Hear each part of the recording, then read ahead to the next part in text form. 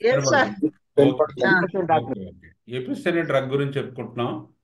ఇది ముఖ్యంగా ఏంటంటే ఇది కూడా మనకి నెంబర్ 1 పాలిక్రస్ట్ రెమెడీ. పాలిక్రస్ట్.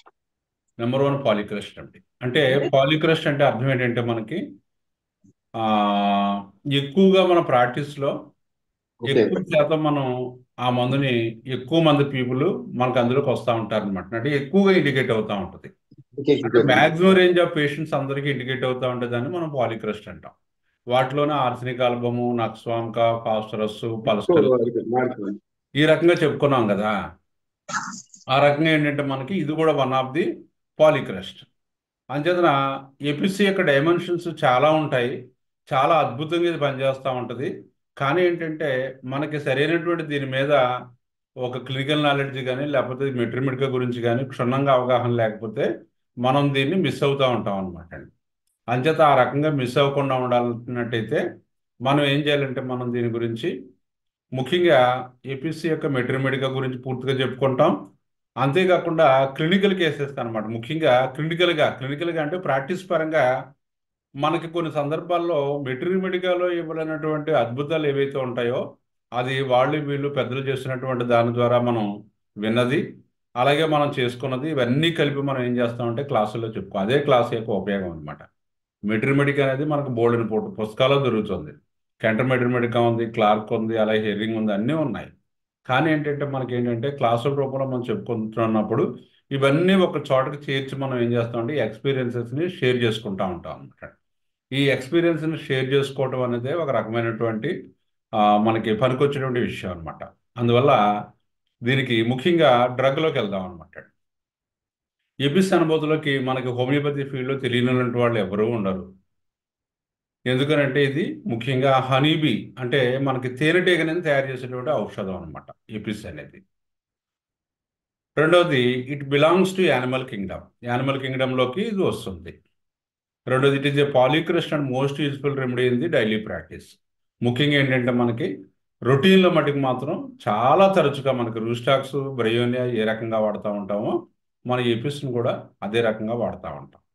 ముఖ్యంగా ఏంటంటే ఇది బాగా డీప్ యాక్టింగ్ కాదు. బాగా డీప్ యాక్టింగ్ అంటే బాగా అవసరం అవుతుంది, చాలా కంప్లైంట్ తగ్గిస్తుంది. కానీ ఇది కొన్ని సందర్భాల్లో ఏం చేస్తుంటే కొంతవరకు పనిచేసి ఆగిపోతుంది. అలాంటప్పుడు దీనికి క్రానిక్ రెమెడీస్గా మనం ఏం చేస్తామంటే నాట్రమోర్ ఒకటి, తూజా ఒకటి, 2 వాడుతూ ఉంటాం. ఇది చాలా ఇంపార్టెంట్ సోమా అండి. ఇవి ఎప్పుడు కూడా మీరు గుర్తుపెట్టుకోవాలి. ఎందుకంటే ఒక డ్రగ్ కొంతవరకు పనిచేసిన తర్వాత చేతులు ఎత్తేస్తుంది అనమాట. ఎత్తేస్తే ఇంకా అంతకంటే నేను చేయలేనని చెప్తారు. అలాంటప్పుడు మీరు ఏం చేస్తారంటే దీని తర్వాత దీన్ని ఇది ఇది ఆపేసినటువంటి యాక్షన్ ఇది ఎక్కడి దాకా అయితే ఉందో మిగతా సిమ్టమ్స్ అన్నింటినీ కూడా మళ్ళీ పర్మనెంట్గా క్యూర్ చేసే మందు ఉంటుంది. దాన్ని క్రానిక్ రెమెడీ అంటాం. అటువంటి వాటిలోకి మనకి ఏంటంటే నాట్రోమ్యూరియాటికం ఒకటి, అలాగే తూజా ఒకటి, 2 వస్తాయన్నమాట. అంచేత ఎపిస్ ఇండికేట్ అయ్యి బాగా పనిచేసి తర్వాత అక్కడి నుంచి కనుక అది పనిచేయపోతున్నట్టయితే మనం నాట్రమూర్ కానీ తూజా కానీ 2 వాడుకోవచ్చు. అవి ఎలా వాడాలన్నది మనకి ముందు ముందు తెలుస్తాం.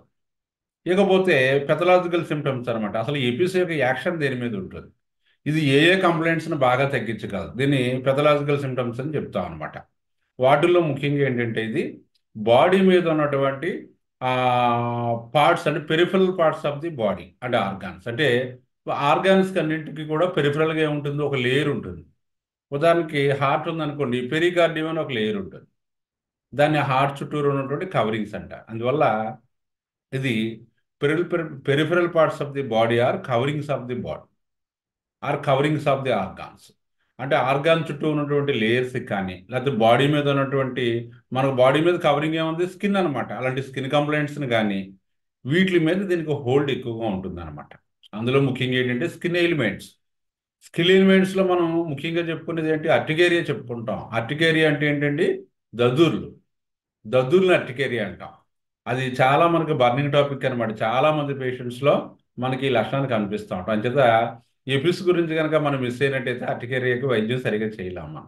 అందువల్ల ఏంటంటే అర్టికేరియా ఒకటి, ఎరిసిపులస్ ఒకటి అంటే ఎర్రగా ఉన్నటువంటి రెడ్ ఎరప్షన్ లాగా వస్తూ ఉంటాయి అనమాట. అది చూపిస్తాను. దాంట్లో నేను ఒక పిక్చర్ కూడా నేను ఇమేజ్ తీసుకున్నాను.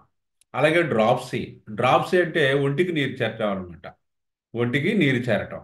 కొంతమందికి పొట్టకు నీరు చేరుకుందని ఎస్ఐటిస్ అంటాం. అలా కాకుండా కొంతమందికి కాళ్ళకే వాటికి కూడా నీరు పట్టేస్తుంది, దాన్ని పేడలడిమా అంటాం. కొంతమంది చేతులకు నీరు పట్టేస్తుంది, కొంతమందికి యాజ్ ఏ హోల్ బాడీ అంతా కూడా నీరు పట్టేస్తుంది.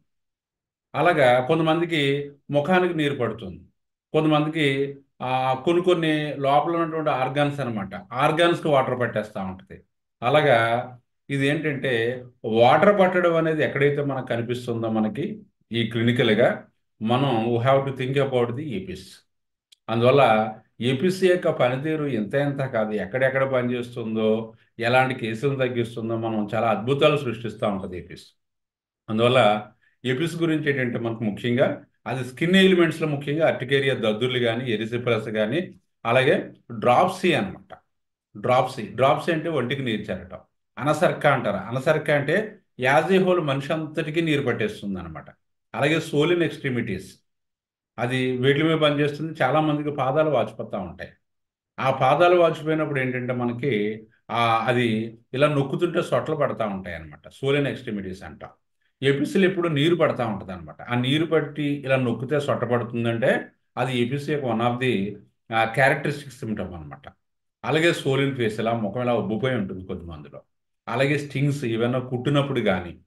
అలాగే పెరికార్డియల్ ఎఫ్యూజన్, పెరి అంటే చుట్టూ అనమాట, కార్డియా అంటే హార్ట్, ఎఫ్యూజన్ అంటే వాటర్ చేరటం. అందువల్ల పెరికార్డియల్ ఎఫ్యూజన్ అంటే అర్థం ఏంటి, హార్ట్ చుట్టూ, గుండె చుట్టూరా నీరు పట్టడం, గుండె ఇలా లావుగా అయిపోతుంది అనమాట, పెద్ద సైజు పెరిగిపోతుంది.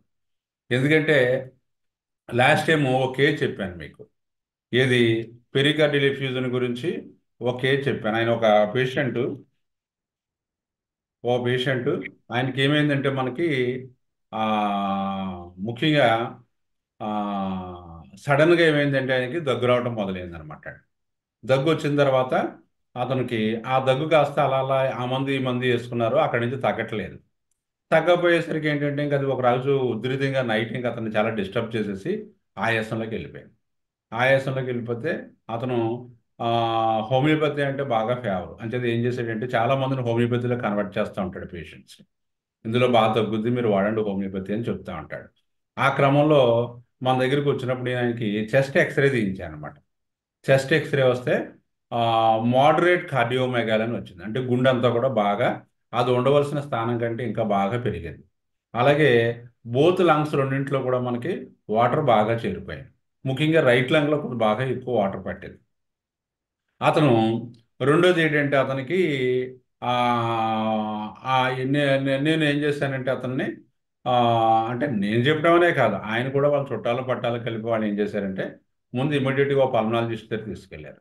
పల్మనాలజిస్ట్ దగ్గర తీసుకెళ్తే పల్మనాలజిస్ట్ ఏమన్నాడంటే ఈ ముందు ముఖ్యంగా నాది కదండి కేసు, ఇది హార్ట్కి నీరు పట్టడం వల్ల ఈ లంగ్స్లో అది చేరిపోయి అక్కడి నుంచి ఈ ఇబ్బంది అయింది అని చెప్పి మీరు కార్డియాలజిస్ట్ దగ్గరికి వెళ్ళి దాన్ని వాటర్ తీయించేసుకోండి అని చెప్పాడు. తీయించేసుకోండి అని చెప్తే అతని భయం, ఎందుకంటే చాలామంది ఈ మధ్యన కార్పొరేట్ హాస్పిటల్స్ అంటే వెళ్ళిపోతున్నారు. ఎందుకంటే ఈ వాళ్ళు వెంటిలేటర్స్ అవి పెట్టేస్తారు, ఇలా చేస్తారు అలా చేస్తారు, మా తాలూకు అతను అలా పోయాడు, ఈ తాలూకు ఇతను పోయాడు అని ఓ భయం ఒకటి అతనిలో ఉంది. అందువల్ల అతను ఏంటంటే మీరు ఏదో రకంగా మీరు మందు ఇవ్వండి, మీరు కావాల్సి వస్తే నేను హాస్పిటల్లో జాయిన్ అవ్వను, కాకపోతే వాళ్ళు ఏదైనా మందులు రాసిస్తే అది వాడుకుంటాను అని చెప్పాడు అనమాట. అది చాలా కార్డియోమెగాలి చాలా గట్టిగా ఉందన్నమాట బాగా. అప్పుడు నేను ఏం చేశానంటే అతనికి ముందు ఆ దగ్గు అది చాలా ఇంకా విపరీతంగా వచ్చేస్తూ ఉంటే, ఇంకా కంటిన్యూస్గా కాఫ్ వస్తూ ఉంటే డ్రోసెరా 200 ఇచ్చా. డ్రోసెరా 200 ఇచ్చిన తర్వాత దాంతో చాలా వరకు కాఫ్ తగ్గిపోయింది. తర్వాత ఈ ఎపిసే ఇచ్చాను, నేను డైరెక్ట్గా 1M ఇచ్చాను. ఎపిస్ 1Mని ఫ్రీక్వెంట్గా వేస్తే అతనికి ఒక ఇంచుమించు కొన్ని డోసులు పడ్డాయి. పడిన తర్వాత ఏమైందంటే మొత్తం హార్ట్లో ఉన్నటువంటి వాటర్ అంతా పూర్తిగా పోయి నార్మల్కి వచ్చేసింది, లంగ్స్లో ఉన్నటువంటి వాటర్ అంతా కూడా పూర్తిగా పోయి అవి కూడా నార్మల్కి వచ్చేసాయి. అందువల్ల ఇది ఎపిస్ అనేది ఈ గుండె చుట్టూ నీరు పట్టడం కానీ, ఊపిరితిత్తుల్లో నీరుని కానీ అక్కడ సిమ్టమ్స్ కనుక ఇండికేట్ అయినట్టయితే మీకు అద్భుతంగా పనిచేస్తుంది అనమాట.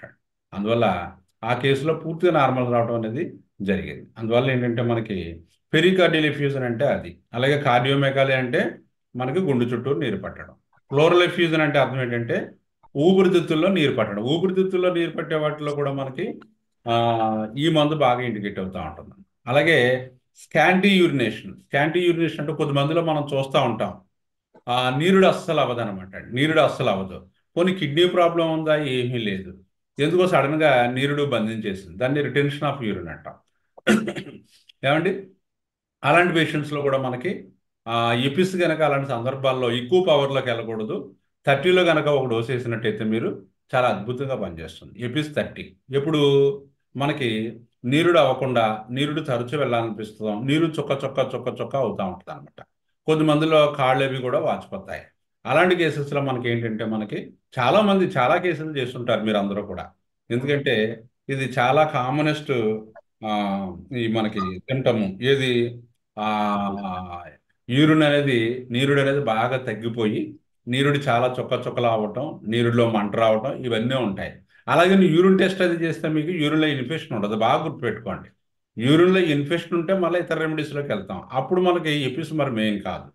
ఇప్పుడు ముఖ్యంగా ఏంటంటే మనకి నీరుడు అవ్వటం తగ్గిపోవటం, చాలా డ్రాప్స్ మాదిరిగా వెళ్ళవలసి రావటం, తర్వాత ఒళ్ళంతా ఉబ్బిపోవటం ఈ లక్షణాలు కనుక మనకు ఉన్నప్పుడు ఎపిస్ 30 ఓ డోస్ వేసినట్టయితే అక్కడి నుంచి యూరిన్ అవ్వటం విపరీతంగా యూరిన్ అయిపోయి అక్కడి నుంచి ఆ వాపులు గీపులు అన్ని లాగేసి మొత్తం అంతా కూడా కేసు నార్మల్కి వచ్చేస్తుంది. దాన్ని స్కాంటీ యూరినేషన్ అంటాం. ఇన్కాంటినెన్స్ ఆఫ్ యూరిన్ అంటే తెలియకుండా యూరిన్ కొద్ది మందిలో అయిపోతూ ఉంటుంది. ఇది ఒక రకమైనటువంటి ఆస్పెక్ట్స్ అండి. ఈ రకంగా ఇలాంటి కంప్లైంట్స్ అన్నింటినీ కూడా ఎపిస్ తగ్గించేటువంటి స్వభావాన్ని కలిగి ఉందన్నమాట అండి. Next eruptive fevers of all types like small pox. Eruptive fevers అంటే పొంగు జ్వరాలు అనమాట అండి. ఈ పొంగు జ్వరాల్లో ముఖ్యంగా ఏంటంటే మనకి ముఖ్యంగా స్మాల్ పాక్స్ అంటే మసూచికం అని చెప్పారు. పూర్వం ఉండేది బాగా, అది అప్పట్లో ఎఫెక్ట్ చేసింది. కానీ ఇప్పుడు స్మాల్ పాక్స్ కేసెస్ మనకు రావట్లేదు.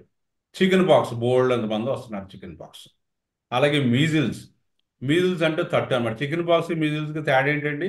చికెన్ పాక్స్లో ఒంటి మీద చిన్న చిన్న చిన్న చిన్న బొబ్బల్లా వచ్చేస్తాయి అనమాట. చిన్న చిన్న చిన్న చిన్న చిన్న పొక్కుల్లా అంటే బొబ్బల్లా వస్తాయి, వాటర్తో కూడినటువంటి బొబ్బలు వస్తాయి. అలాగే మీజిల్స్ అంటే తట్టు అనమాట. తట్టు అని చెప్తాం. అంటే ఎండలోకి వెళ్తే ఒళ్ళంతా పేలిపోతుంది చూసారా, బాగా చిన్న చిన్న ఒళ్ళంతా చర్మం అంతా కూడా అది ఏ రకంగా అయితే తట్టులా వచ్చేస్తుందో దాన్ని మీజిల్స్ అంటాం అనమాట. అది వస్తున్నాయి, ఇప్పుడు చికెన్ పాక్స్ కూడా వస్తున్నాయి. అలాగే స్కార్లెట్ ఫీవర్స్, ఇది ఎక్కువ ఫారిన్ కంట్రీస్లో వస్తూ ఉంటుంది అనమాట. ఈ స్కార్లెట్ ఫీవర్స్ అనేవి ఫారిన్ కంట్రీస్లో ఎలర్జీస్ వల్ల వాటి వల్ల వస్తూ ఉంటాయి. ఇలాంటి అన్నింటి మీద కూడా ఎపిస్కి మంచి కమాండ్ ఉంది దీంట్లో. acute dangerous throat troubles, especially diphtheria, because of suppression of eruptive fevers. The fevers go down before the eruption sets in. It is a clear indication of the epis. బాగా గుర్తుపెట్టుకోవాలి ఇప్పుడు. ఎందుకంటే ముఖ్యంగా థ్రోట్ ఇన్ఫెక్షన్స్ అని వస్తుంటాయి. Throat ఇన్ఫెక్షన్స్లో ముఖ్యంగా diphtheria ఒకటి. Diphtheria ఎప్పుడన్నా రావచ్చు. పూర్వం మనకి ఏంటంటే డిపిటి అని ఒక వ్యాక్సిన్ వేసేవారు. డిప్తీరియా, పెట్టుసిస్, టిటనస్ చిన్నపిల్లలుగా ఉన్నప్పుడే వేసేస్తారు. అది ఏంటంటే ఇలాంటి డిప్తీరియా ఇలాంటి రోగాలు రాకుండా ఉండడం కోసం వేస్తూ ఉంటారు అనమాట ఆ టీకాలన్నీ కూడా. అందువల్ల ముఖ్యంగా ఏంటంటే మనకి దీంట్లో ఎపిస్లో ఏంటంటే మనకి థ్రోట్లో ఇన్ఫెక్షన్ వచ్చి బాగా గుర్తుపెట్టుకోండి. థ్రోట్లో అంటే డిప్తీరియా అనేది మీరు డయాగ్నోజ్ చేయడం అనేది కొద్ది కష్టంతో కూడింది. ఎందుకంటే అది మనం ఇది డిప్తీరియా కాదని చెప్పలేం. కానీ మన దగ్గర స్టార్టింగ్లో పేషెంట్ ఉన్నప్పుడు సిమ్టమ్స్ అన్నీ కూడా సెట్ అవ్వకుండా మన దగ్గరికి వచ్చినప్పుడు మనం చేస్తాం. అలాంటిది థ్రోట్ ఇన్ఫెక్షన్స్లో మనకి ఏంటంటే ముఖ్యంగా మనకి ఏంటంటే ఈ డిప్తీరియా లాంటి కంప్లైంట్స్లో ముఖ్యంగా ఏంటంటే ఎపిస్లోకి వచ్చేటువంటి సిమ్టమ్స్ ఏంటంటే మనకి ముఖ్యంగా ఆ ఎపిస్లో గొంతుకంతా రెడ్డిష్గా అయిపోయి బాగా నొప్పి వచ్చేసి దాంతో ఏంటంటే చల్లటిది ఏదైనా తాగితే హాయిగా ఉన్నట్టు అనిపిస్తుంది అనమాట. ఎపిస్లో బాగా గుర్తుపెట్టుకోండి. ఆ మొడాలిటీస్ ఆ జనరాలిటీస్ అవన్నీ కూడా మనం రాను చెప్పుకుంటాం. ముఖ్యంగా ఏంటి చల్లటిది ఏదైనా తాగితే బాగున్నట్టు అనిపిస్తుంది. ఈ చల్లటిది ఏదైనా తాగితే బాగున్నట్టు అనిపించడం అనేది ఎపిస్ యొక్క లక్షణం అన్నమాట. ఆ లక్షణాన్ని కనుక ఆధారంగా తీసుకుని మీరు ఎపిస్ వేసినట్టయితే ముఖ్యంగా ఎపిస్ అలాంటి కండిషన్స్లో 30లో వేయండి. 30లో వేసి అవసరాన్ని బట్టి ఒక్కొక్క డోసు రిపీట్ చేయండి. దాంతో హ్యాపీగా తగ్గుతారు. కానీ కొన్ని సందర్భాల్లో ఏమవుతుందంటే కొన్ని కేసెస్ నైట్ వస్తూ ఉంటాయి. ఈ డిప్తీరియా సడన్గా నైట్ గొంతుకులో ఇన్ఫెక్షన్లా రావటం, అక్కడి నుంచి అలా అది పెరిగిపోవటం, అక్కడి నుంచి ఏమవుతుందంటే ఇంకా మింగుతుంటే నొప్పి వచ్చేస్తూ ఉంటుంది. మింగుతుంటే నొప్పి వచ్చేసి కొద్ది ఇలాగా పడుకుందారు కదా అని ఇలాగా బెడ్ మీద ఇలా పడుకునేసరికి ఏమవుతుందంటే విపరీతమైనటువంటి ఆయాసంలో వచ్చేసి పేషెంట్ అంటే లేచి కూర్చుంటాడు, ఉక్కిరిబిక్కిరి అయిపోతూ ఉంటాడు, సఫోకేషన్ వచ్చేస్తుంది, గొంతుకంతా ఇలా నొక్కేసినట్టు అయిపోతుంది. అది లెక్సిస్ యొక్క క్లినికట్ క్యారెక్టరిస్టిక్ సిమ్టమ్. అందువల్ల అలాంటప్పుడు మీరు ఇమీడియట్గా కనుక లెక్సిస్ 30 ఓ డోస్ వేసినట్టయితే ఇమీడియట్గా స్పాంటేనియస్గా విత్ ఇన్ మినిట్స్లోనే అది తగ్గడం ప్రారంభమవుతుంది అనమాట. అందువల్ల అక్కడ ఉన్నటువంటి లక్షణాలను బట్టి కనుక మీరు మందు వేసినట్టయితే అది ఇమీడియట్గా అందుకుంటుంది, ఎక్కువ టైం కూడా తీసుకోదు, చాలా షార్ప్గా విత్ ఇన్ షార్ట్ టైంలో తగ్గిపోతుంది అనమాట. అది డిప్తీరియా సంబంధించి. అందువల్ల ఎరప్టివ్ ఫీవర్స్ అంటే మనకి ఏంటంటే పొంగు జ్వరాలు అనమాట. పొంగు జ్వరాల్లో మన వాళ్ళు చెప్తా ఉంటారు. పొంగు జ్వరాలు ఈ మధ్యన మనం పూర్వం ఒక నానుడు ఉండేది ఏంటంటే ఒకసారి కనుక చికెన్ బాక్స్ కానీ లేకపోతే మీజిల్స్ కానీ వస్తే మళ్ళీ లైఫ్లో రాదని చెప్పేవారు. ఎందుకని? అది వచ్చేసిన తర్వాత తగ్గిపోయి బాడీలో ఒక ఇమ్యూనిటీ లెవెల్స్ పెరిగిపోయి ఇంకా మళ్ళీ లైఫ్లో మిగతా పీరియడ్లో ఇంకా రాదనమాట. కానీ ఇప్పుడు ఏమవుతుంది, మా వాడికి 7వ తరగతిలో చికెన్ బాక్స్ వచ్చిందండి, మళ్ళీ 10th వచ్చిందండి, ఇంటర్మీడియట్లో వచ్చిందని చెప్తున్నారు. దీనికి అంత కారణం ఏంటి? చికెన్ బాక్స్ వచ్చినప్పుడు మనకి కొన్ని కండిషన్స్ ఉంటాయి. ఏంటంటే ఈ పొంగు జ్వరాలు వచ్చినప్పుడు దానికి పూర్వం ఏంటంటే మందులు వేయకూడదు, దానికి ఏ రకమైనటువంటి మందులు వేయకూడదు, అలాగే ఆ ఊరు పొలిమేర దాటించకూడదు, తర్వాత అది తగ్గిపోయేదాకా స్నానాలు అవి చేయించకూడదు, ఇలా కొన్ని కండిషన్స్ పెట్టారు. ఇవన్నీ ఏంటంటే ఆ పొంగు జ్వరాలు వచ్చిన వ్యక్తి నుంచి మిగతా వాళ్ళకి స్ప్రెడ్ అవ్వకుండా ఉండటం కోసం చేసుకున్నటువంటి పనులు అనమాట. రెండోది ఏంటంటే ఆ వ్యక్తికి మళ్ళా అపకారం జరగకుండా దాన్ని బాగా ఒక సక్రమైనటువంటి పద్ధతులు తగ్గించడం కోసం పెట్టుకున్నటువంటి పద్ధతులు ఇవన్నీ కూడా. ఇప్పుడు ఏం చేస్తున్నారంటే పొంగు జ్వరాలు వచ్చినప్పుడు పారాసిటమాల్ టాబ్లెట్స్, అంతేకాకుండా ఏం చేస్తున్నారంటే రెండోది యాంటీబయాటిక్స్ వాడేస్తున్నారు. యాంటీబయాటిక్స్ పారాసిటమాల్ ఇవన్నీ వాడటం వల్ల ఏంటంటే వాడికి రేపు పొద్దున కాంప్లికేషన్స్ కొన్ని అరైజ్ అయిపోయి అక్కడి నుంచి దీనికంటే చాలా ఉధృతమైనటువంటి వ్యాధులకి అది సప్రెస్ అయిపోయి ప్యాలియేట్ అయిపోయి అది ఇంకో దాంట్లోకి దారి తీస్తుంది అనమాట. అలా దారి తీయటం వల్ల ఏంటంటే దాని కోర్స్ పూర్తవలేదు కాబట్టి అది ఆ జ్వరం కాస్త ఆ రోజు తగ్గిపోయింది కానీ మళ్ళీ ఎప్పుడోకప్పుడు మళ్ళీ అంతా కూడా స్ప్రెడ్ అయినప్పుడు వీడికి మళ్ళీ అటాక్ అయిపోతుంది, మళ్ళీ అటాక్ అయిపోయి మళ్ళీ అలా రిపీటెడ్గా వస్తూ ఉంటుంది. దానికి కారణం ఏంటంటే కరెక్ట్ పద్ధతిలో అది తగ్గలేదు. అందువల్ల మనం ఏం చేస్తాం, హోమియోపతిలో మనం ఏం చేస్తామంటే ఆ పిల్లోడికి 100, 102 అలా జ్వరం ఉంది, తగ్గట్లేదు, మీ హోమియోపతి డాక్టర్ దగ్గర తీసుకొచ్చినప్పుడు ఏంటంటే దీనికి ఇది చికెన్ బాక్స్ మీజిల్స్ అని మీకు తెలియాలంటే అర్థం ఏంటంటే ఆ డాక్టర్కి అనుభవం బాగా ఎక్కువ ఉండాలి, ఎక్స్పీరియన్స్ ఉండాలి. మామూలుగా అసామషి డాక్టర్లకి దాని గురించి అనుభవం ఉండదు. అంటే ఊరికే మనకి హోమియోపతిలో కూడా చూస్తాం, జ్వరం అనగానే బెల్లడం వేసే వాళ్ళు చాలా మంది ఉన్నారు, చాలా ఫండమెంటల్గా ఇంకా ఆ మందు తప్ప రెండో మంది తట్టదు. ఇవంతా కూడా ఏంటంటే ఇది అయ్యే పని ఏం కాదు. అలాంటి వాళ్ళ దగ్గర కూడా వీళ్ళు చాలా ఇబ్బంది పడవలసి వస్తుంది. అందువల్ల ఈ పొంగు జ్వరాలు ఉన్న వాళ్ళు మీ దగ్గరికి వచ్చినప్పుడు ఇది పొంగు జ్వరం ఎలా తెలుస్తుంది అంటే అప్పుడు ఇంకా రాలేదు, బయటికి ఇంకా ఎరప్షన్స్ రాలేదు, ముఖం అంతా రెడ్డిష్గా అయిపోయినట్టు అయిపోతుంది. ఎలా ఉంటుంది మీకు? ముఖం అంతా రెడ్డిష్గా అయిపోయినట్టు అయిపోయి కళ్ళెది రెడ్డగా అయిపోయినట్టు అయిపోయి పిల్లడు ఉక్కిరిబిక్కిరి అయిపోతూ ఉంటాడు. ఉక్కిరిబిక్కిరి అయిపోయినప్పుడు మీరు సస్పెక్ట్ చేయొచ్చు, ఏమంటే అమ్మాయి ఇది పొంగు జ్వరంలా కనిపిస్తుంది, ఇది చికెన్ బాక్స్ మీజిల్స్ అయ్యి ఉండొచ్చు, మనం చెప్పలేం, మీరు మాత్రం పారాసిటమాల్ ఇలాంటి మాత్రలు వేసేసి మాత్రం అంచిపెట్టకండి అని చెప్తారు. అప్పుడు మీరు ఏం చేస్తారంటే అక్కడ ఉన్నటువంటి లక్షణాలను బట్టి మీరు ఒక రూస్టాక్సో ఒక ఈపిస్సో లేకపోతే ఇంకో వేరేనా మందు ఏదైనా వేసినప్పుడు ఆ జ్వరం ఏం చేస్తుందంటే మీ దగ్గరికి వచ్చేటప్పుడు కూడా 100 అలా ఉంది, మీరు మందు వేసిన తర్వాత 103 కల్లా వెళ్ళిపోతుంది, లేకపోతే 104కి వెళ్ళిపోతుంది. హై ఫీవర్ వచ్చేసి ఒక్కసారిగా ఏమవుతుందంటే మీకు ఆ పిల్లాడిలో చిన్న చిన్న చిన్న చిన్న చిన్న పొక్కుల్లా వచ్చేస్తాయి అనమాట. ఎరప్షన్స్ అన్నీ కూడా సెట్ అయిపోతాయి. వచ్చేసిన తర్వాత అక్కడి నుంచి జ్వరం తగ్గడం మొదలవుతుంది. ఆ రాత్రి ఎరప్షన్స్ అన్నీ వచ్చేసిన తర్వాత మార్నింగ్కి 100కి వచ్చేస్తుంది ఫీవర్, ఆ తర్వాత నెక్స్ట్ డే కల్లా నార్మల్కి వచ్చేస్తుంది. వచ్చేసిన తర్వాత అక్కడి నుంచి ఒక 4-5 రోజులు, వారం రోజుల్లో ఆ ఎరప్షన్స్ అన్నీ కూడా మళ్ళీ వాటి అంతటా అన్నీ కూడా డిజేపేర్ అయిపోతాయి. డిజేపేర్ అయిపోయిన తర్వాత తగ్గిపోతుంది. It is the correct way of treatment for the eruptive fevers. అప్పుడు వాడికి బాగా తగ్గింది కాబట్టి అప్పుడు ఏమవుతుందంటే వాడికి లైఫ్లో మళ్ళీ ఆ చికెన్ పాక్స్ కానీ మీజిల్స్ కానీ రావు. లేకపోతే దీన్ని కనుక సపరేట్ చేసేస్తే ఏమవుతుందంటే మీరు ఆ యాంటీబయాటిక్స్ అవి పెట్టేసి మళ్ళీ థ్రోట్ ఇన్ఫెక్షన్స్, డిప్తీరియా, లేకపోతే మరొకటి, లేకపోతే లంగ్ ఇన్ఫెక్షన్స్, కొన్ని సందర్భాల్లో న్యూమోనియాలోకి వెళ్ళిపోవటం, ఇలాంటివన్నీ కూడా జరుగుతూ ఉంటాయి అన్నమాట. ఇవన్నీ బాగా గుర్తుపెట్టుకోండి. ఇవన్నీ కూడా అంచేత how to treat the eruptive fevers అంటే మీరు క్లియర్ కట్ సిమ్టమ్స్ని బట్టి కనుక మీరు మందు ఇచ్చినట్టయితే అది కాస్త ఆ ఎరప్షన్స్ బయటకు వచ్చేసి ఆ జ్వరం కాస్త హైకి వెళ్ళిన తర్వాత ఎరప్షన్స్ బయటకు వస్తాయి, అక్కడి నుంచి అలా తగ్గిపోతుంది అనమాట. అది correct way of the treatment of eruptive fevers అనమాట. సార్ 200 వేయాలా సార్? సార్ ఎప్పుడు ఫీవర్స్లో 200 వేయండి, మ్యాక్సిమం మీకు అది బెస్ట్ అనమాట. 30 వేయండి కానీ 200 వేయటం బెస్ట్ ఏమండి. ఆ తర్వాత నెక్స్ట్ రెండోది ఏంటంటే మీకు డ్రాప్సీ అనమాట. డ్రాప్సీ ఈ డ్రాప్సీ అంటే అర్థం ఏంటంటే ఒంటికి నీరు చేరటం అంటే నీరు పట్టడానికి డ్రాప్సీ అంటాం. Accumulation of water in the parts of the body. Accumulation of water in the parts of the body అంటే ఒంటికి నీరు చేరటాన్ని డ్రాప్సీ అంటాం.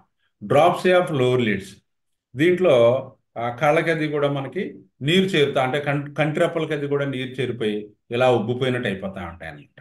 అదొకటి, అది కూడా మనకి ఎపిస్లో ఉంటుంది. Prominent characteristic feature in fitting on pressure. మనకి ఎపిస్లో ముఖ్యంగా ఒంటికి నీరు చేరడంలో మంచి క్యారెక్టరిస్టిక్ సిమ్టమ్ ఏంటంటే ఇలా నొక్కితే సొట్టపడతా ఉంటుంది. నొక్కితే సొట్టపడటం అనేది ఎపిస్లో ఉంటుంది అనమాట. All sorts of brain fevers, ఇది అంతేకాకుండా మెదడువాపు జ్వరాల్లో కూడా అద్భుతంగా పనిచేసేటువంటి మందుల్లో మనకి ఇది ఒకటి. అటువంటి అద్భుతంగా పనిచేసేటువంటి మందుల్లో మనకు తెలుసు బెలడానా ఒకటి, బెలడానా నెంబర్ 1 గ్రేడింగ్ రెమెడీ. బెలడానా ఒకటి, ఎపిస్ ఒకటి, చుబర్కులం ఒకటి, అలాగే మనకి కాల్కేరేకార్బ్ ఒకటి. అంతేకాకుండా మనకి ఏంటంటే ఈ ఫేవర్స్ కాబట్టి మనకి ఏంటంటే బెలడానా ఒకటి, ఎపిస్ ఒకటి, హెలిబారస్ ఒకటి. ఈ 3 బాగా గుర్తుపెట్టుకోవాలి. హైసైమస్ ఒకటి, స్ట్రమోనే ఒకటి. ఇవన్నీ కూడా బ్రెయిన్ ఫీవర్స్లో బాగా పనిచేస్తాయి. అలాగే ఎన్సెఫలైటిస్. ఆ ఎన్సెఫలైటిస్ అంటే ఆ బ్రెయిన్లో వచ్చినటువంటి ఆ ఇన్ఫ్లమేషన్ అనమాట. రెండోది ఎక్యుములేషన్ ఆఫ్ వాటర్ అంటే హైడ్రోసెఫాలస్ ఒకటి. హైడ్రోసెఫాలస్లో అద్భుతమైనటువంటి మందు ఏదంటే మనకి ఎపిస్ అనమాట. ఈ ఈ బ్రెయిన్లో ఏమవుతుందంటే వాటర్ పట్టేస్తుంది. వాటర్ పట్టేసినప్పుడు బోల్డెన్ సిమ్టమ్స్ వస్తాయి. ఆ సిమ్టమ్స్ అన్నింటినీ కూడా మనకి మొడాలిటీస్ ఇవన్నీ సరిపోయినట్టయితే మనం ఎపిస్ వేస్తే ఆ లోపల ఉన్నటువంటి వాటర్ అంతా లాగేసి మళ్ళీ పేషెంట్ నార్మల్గా రావడం జరుగుతుంది. Apis characteristic feature in brain troubles is the cephalic cry like A bird which is repeated and frequently and uniformly. బాగా గుర్తుపెట్టుకోండి. మీకు ఎపిస్లో ఏంటంటే మనకి బ్రెయిన్ ట్రబుల్స్ వచ్చినప్పుడు పేషెంట్ డెలీరియం పొజిషన్లో ఉన్నా, లేకపోతే అన్కాన్షియస్లో ఉన్నా, లేకపోతే సెమీ కాన్షియస్లో ఉన్నా వాడు ఏంటంటే ఒక రకమైనటువంటి కోతకు వస్తూ ఉంటాడు. ఎలాగా కీమని ఒక రకమైనటువంటి సౌండ్తో మనకి ఒక శబ్దం వాడు చేస్తూ ఉంటాడు. దాన్ని ఏమంటారంటే సెఫాలిక్ క్రై అంటారు. అది ఒక ఎపిస్లోనే మనకు కనిపిస్తుంది. అదే మనకి మాస్టర్ గారు అయితే తీతికి పెట్టి అరుచినట్టు అరుస్తాడు అని చెప్తున్నాడు. కీ కీ కీమంటది అనమాట. ఆ రకమైనటువంటిది రిపీటెడ్గా ఫ్రీక్వెంట్గా యూనిఫామ్గా మనకి ఆ పేషెంట్లో కనిపిస్తూ ఉంటుంది. అది క్లియర్ కట్ ఇండికేషన్ మనకి ఎపిస్. ఆ ఒక్క లక్షణాన్ని బట్టి కనుక మీరు ఎపిస్ వేసినట్టయితే ఆ పేషెంట్ కాస్త మళ్ళీ కాన్షియస్లోకి వచ్చేసి ఆ బ్రెయిన్ ట్రబుల్ తగ్గి మళ్ళీ నార్మల్సీలోకి వచ్చేస్తాడు అనమాట. అంచేత అలాంటి విషయాల్లో కూడా మనకి ఎపిస్ అనేది చాలా అద్భుతంగా పనిచేస్తూ ఉంటుంది. నెక్స్ట్ ఇకపోతే ఎపిస్లోకి వచ్చేసరికి restless disposition and puffy face with many skin disturbances next including red blisters with urticaria indicated the Apis constitution. Apis అనుభూతులకి ఒకటి బాగా చెప్పుకోవాలండి. మనం ప్రతి పేషెంట్కి వందలాది సిమ్టమ్స్ ప్రతి పేషెంట్కి వందలాది సిమ్టమ్స్, గంటల తరబడి కేస్ టేకింగ్లు ఇవన్నీ చేస్తూ ఉంటే మీకు ప్రాక్టీస్ ఎక్కడ నడుస్తుంది? మీరు ఆలోచించండి ఒకసారి. మీరు రోజుకి ఒక 100-150 మందినే పేషెంట్ చూడాలనుకున్నప్పుడు అంతమంది పేషెంట్స్ మీ దగ్గరకు వస్తున్నారనుకోండి, మీరు ఆ వచ్చే పేషెంట్స్ని కాస్త మీరు ప్రతి పేషెంట్కి గంటకు మనం చూస్తూ ఉంటాం. చాలామంది పేషెంట్స్లో నేను కేస్ టేకింగ్ గంట తీసుకుంటానండి, నేను 3 గంటలు తీసుకుంటానండి అని చెప్తా ఉంటారు. నువ్వు 3 గంటలు తీసుకుంటే రోజుకి ఓ 10 మంది పేషెంట్ కూడా చూడలేవు కదా. అంటే దాని అర్థం ఏంటంటే నీకు క్లియర్ కట్ ఐడియా నీకు ఆ కేసు గురించి కానీ, డ్రగ్స్ మీద కానీ, ఆర్గనాన్ మీద కానీ లేదు. ఎందుకంటే మీరు బాగా గుర్తుపెట్టుకోండి, హానీమాన్ గారు లాస్ట్ టైంలో ప్రాక్టీస్ చేసేటప్పుడు ఆయన ఏం చేసేవారంటే మీలాంటి వాళ్ళు నాలాంటి వాళ్ళు ఆయన దగ్గర ఈ చేతిలో పూర్వం హోమియోపతి మందులు ఉన్నటువంటి కిడ్నీ చెస్ట్ అనేవారు అనమాట. ఆ చెస్ట్లో పట్టుకొని ఇలా ఉండేవారు అనమాట. పేషెంట్స్ అందరూ కూడా లైన్లో అలా ఫాలో అవుతూ ఉండేవారు, వరుస పెట్టి ఉండేవారు అనమాట. హానీమాన్ గారు ప్రతి పేషెంట్ దగ్గరికి ఆయనే వెళ్ళేవారు, పేషెంట్లు వచ్చేవారు కాదు. పేషెంట్లు ఆయన దగ్గరికి వచ్చి వైద్యం చేయాలంటే చాలా కష్టం అవ్వదు ఆ రోజుల్లో. ఎందుకంటే అంతమంది పేషెంట్స్ వచ్చేవారు ఆయన దగ్గరికి. వచ్చినప్పుడు మనకి హానీమాన్ గారు ఏం చేసేవారంటే ఆయన కొన్ని క్లియర్ కట్ ఇండికేషన్స్ అడిగేవారు ఆ పేషెంట్స్లో.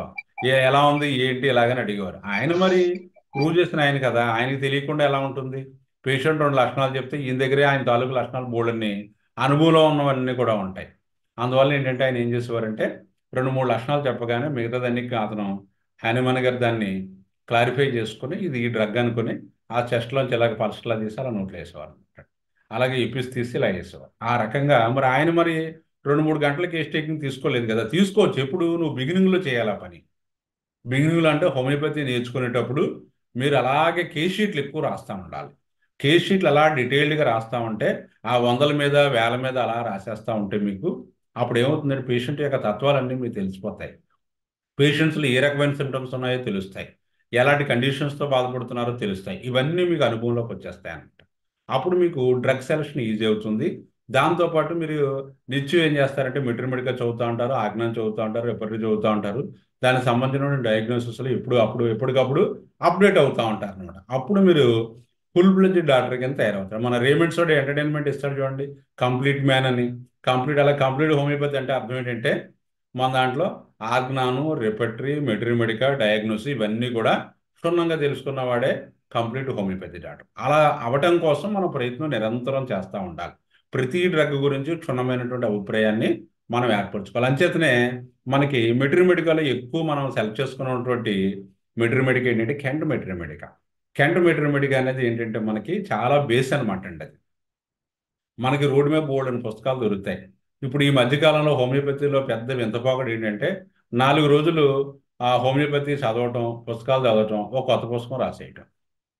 అదేమో నాకు అర్థం కాదు దాని గురించి. అలాగే ఇప్పుడు ఈ మధ్యకాలంలో కూడా చాలా పతీలు వస్తున్నాయి. ఒక్కొక్కరు ఏవో మనం చూస్తున్నాం.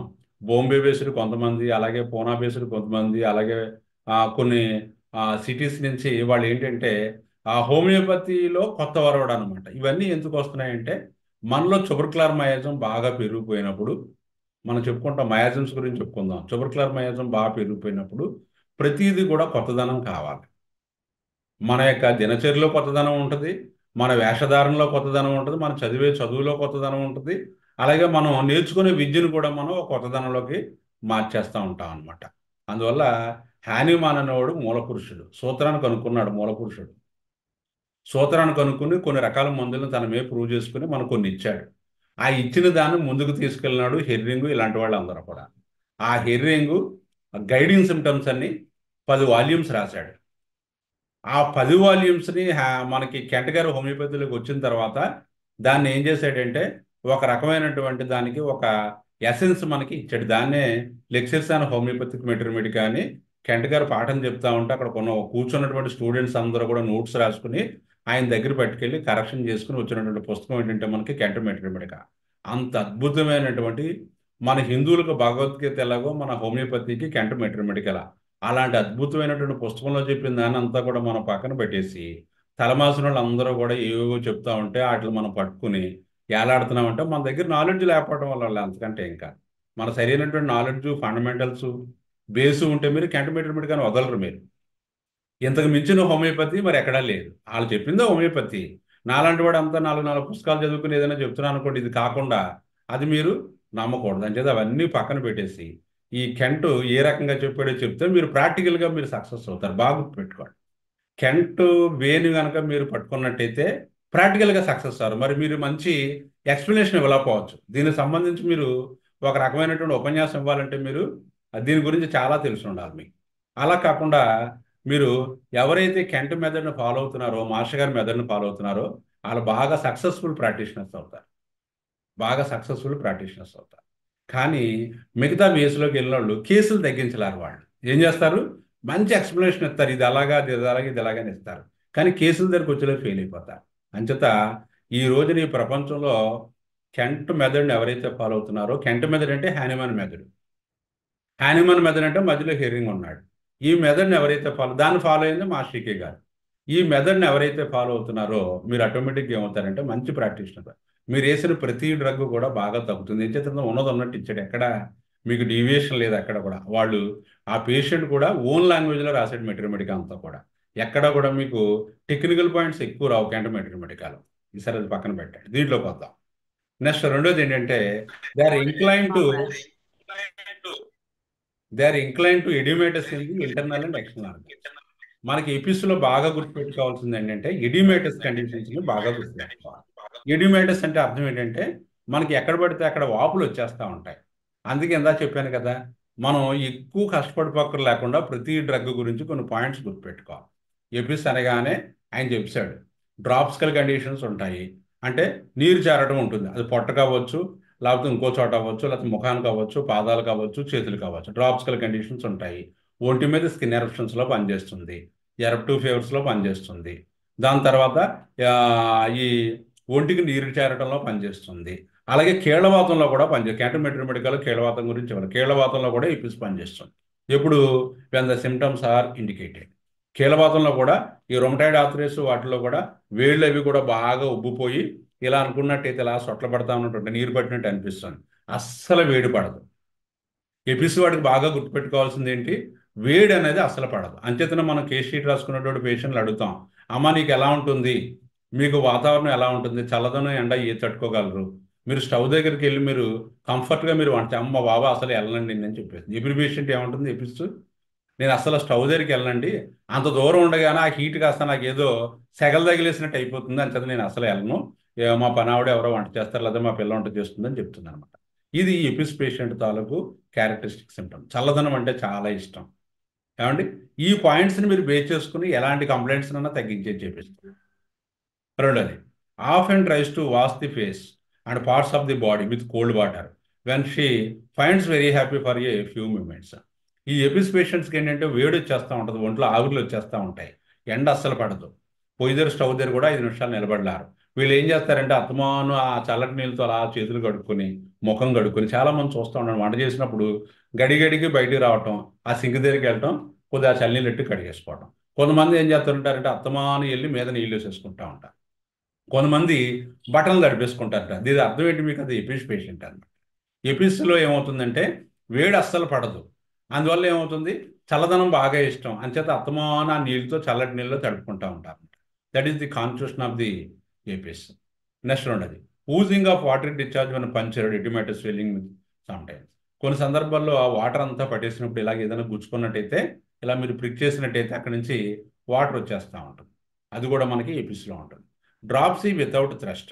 ఎపిస్లో ఒళ్ళంతా ఉబ్బిపోతుంది కానీ దాహం ఉండదు. ఎపిస్లో ఆబ్సెన్స్ ఆఫ్ థ్రస్ట్. థ్రస్ట్ మన అంచేత ఫీవర్స్లో కూడా మనం ఎపిస్ వేసేటప్పుడు దాహం ఉండదు. అలాగే దీనికి ఆపోజిట్ ఏంటంటే ఎస్టిక్ యాసిడ్. ఎస్టిక్ యాసిడ్లో కూడా పేషెంట్ ఎలా ఉంటారంటే పాలిపోయిన కొవ్వొత్తుల్లా ఉంటారు వాళ్ళు, అసలు ఎక్కడ రక్తం చుక్క ఉండదు అనమాట. కానీ వాళ్ళు ఏంటంటే విపరీతమైనటువంటి దాహం ఉంటుంది అనమాట. అది బాగా గుర్తుపెట్టు. Next, restless disposition. సారీ, ఇది అయిపోయింది కదా. నెక్స్ట్, ఆర్టిక్ ఏరియాలో బాగా పనిచేస్తుంది. ఆర్టిక్ ఏరియాలో బాగా పనిచేస్తుంది. ఆర్టిక్ ఏరియా అంటే మీకు తెలుసు ఏంటి, దద్దుర్లు. బాగా గుర్తుపెట్టుకోండి, ఎపిస్ యొక్క నెంబర్ 1 ఒక రకమైనటువంటి ఒక మాటలో చెప్పాలంటే ఎపిస్లో అద్భుతంగా పనిచేసేటువంటి ఒక గొప్ప లక్షణం అంటే దద్దుర్లో 90% ఇదే క్యూర్ చేసేస్తుంది. ఎప్పుడు ఆ దద్దుర్లు ఏంటంటే ముఖ్యంగా ఏంటంటే ఒంటి మీద చిన్న చిన్న చిన్న చిన్న చిన్న దద్దుర్లు వచ్చేస్తూ ఉంటాయి, దాన్ని ఆర్టిక్ ఏరియా అంటాం. దద్దుర్లా వచ్చేస్తాయి. దద్దుర్లని మీరు ఎలా చెప్పగలరంటే, ఆర్టిక్ ఏరియాని ఎలా చెప్పగలరంటే, ఒక గంట పోతే మళ్ళీ ఏం కనిపించదు. డాక్టర్ దగ్గర చూపించాలని తాపత్రయపడతా ఉంటాడు పేషెంట్, చాలా సఫర్ అయిపోతూ ఉంటాడు. కానీ డాక్టర్ దగ్గరికి వచ్చేసరికి ఉండవు. సార్ చూపించబోయి ఎలా ఉన్నాయంటే, సార్ ఇప్పుడు దాకా ఉన్నాయండి, ఇప్పుడే మళ్ళీ కనపడడం మానేసాయి అంటాడు. అంటే అవి వచ్చి మళ్ళీ తగ్గిపోతూ ఉంటాయి అనమాట. దాన్ని ఆర్టికేరియల్ ర్యాష్ అంటాం.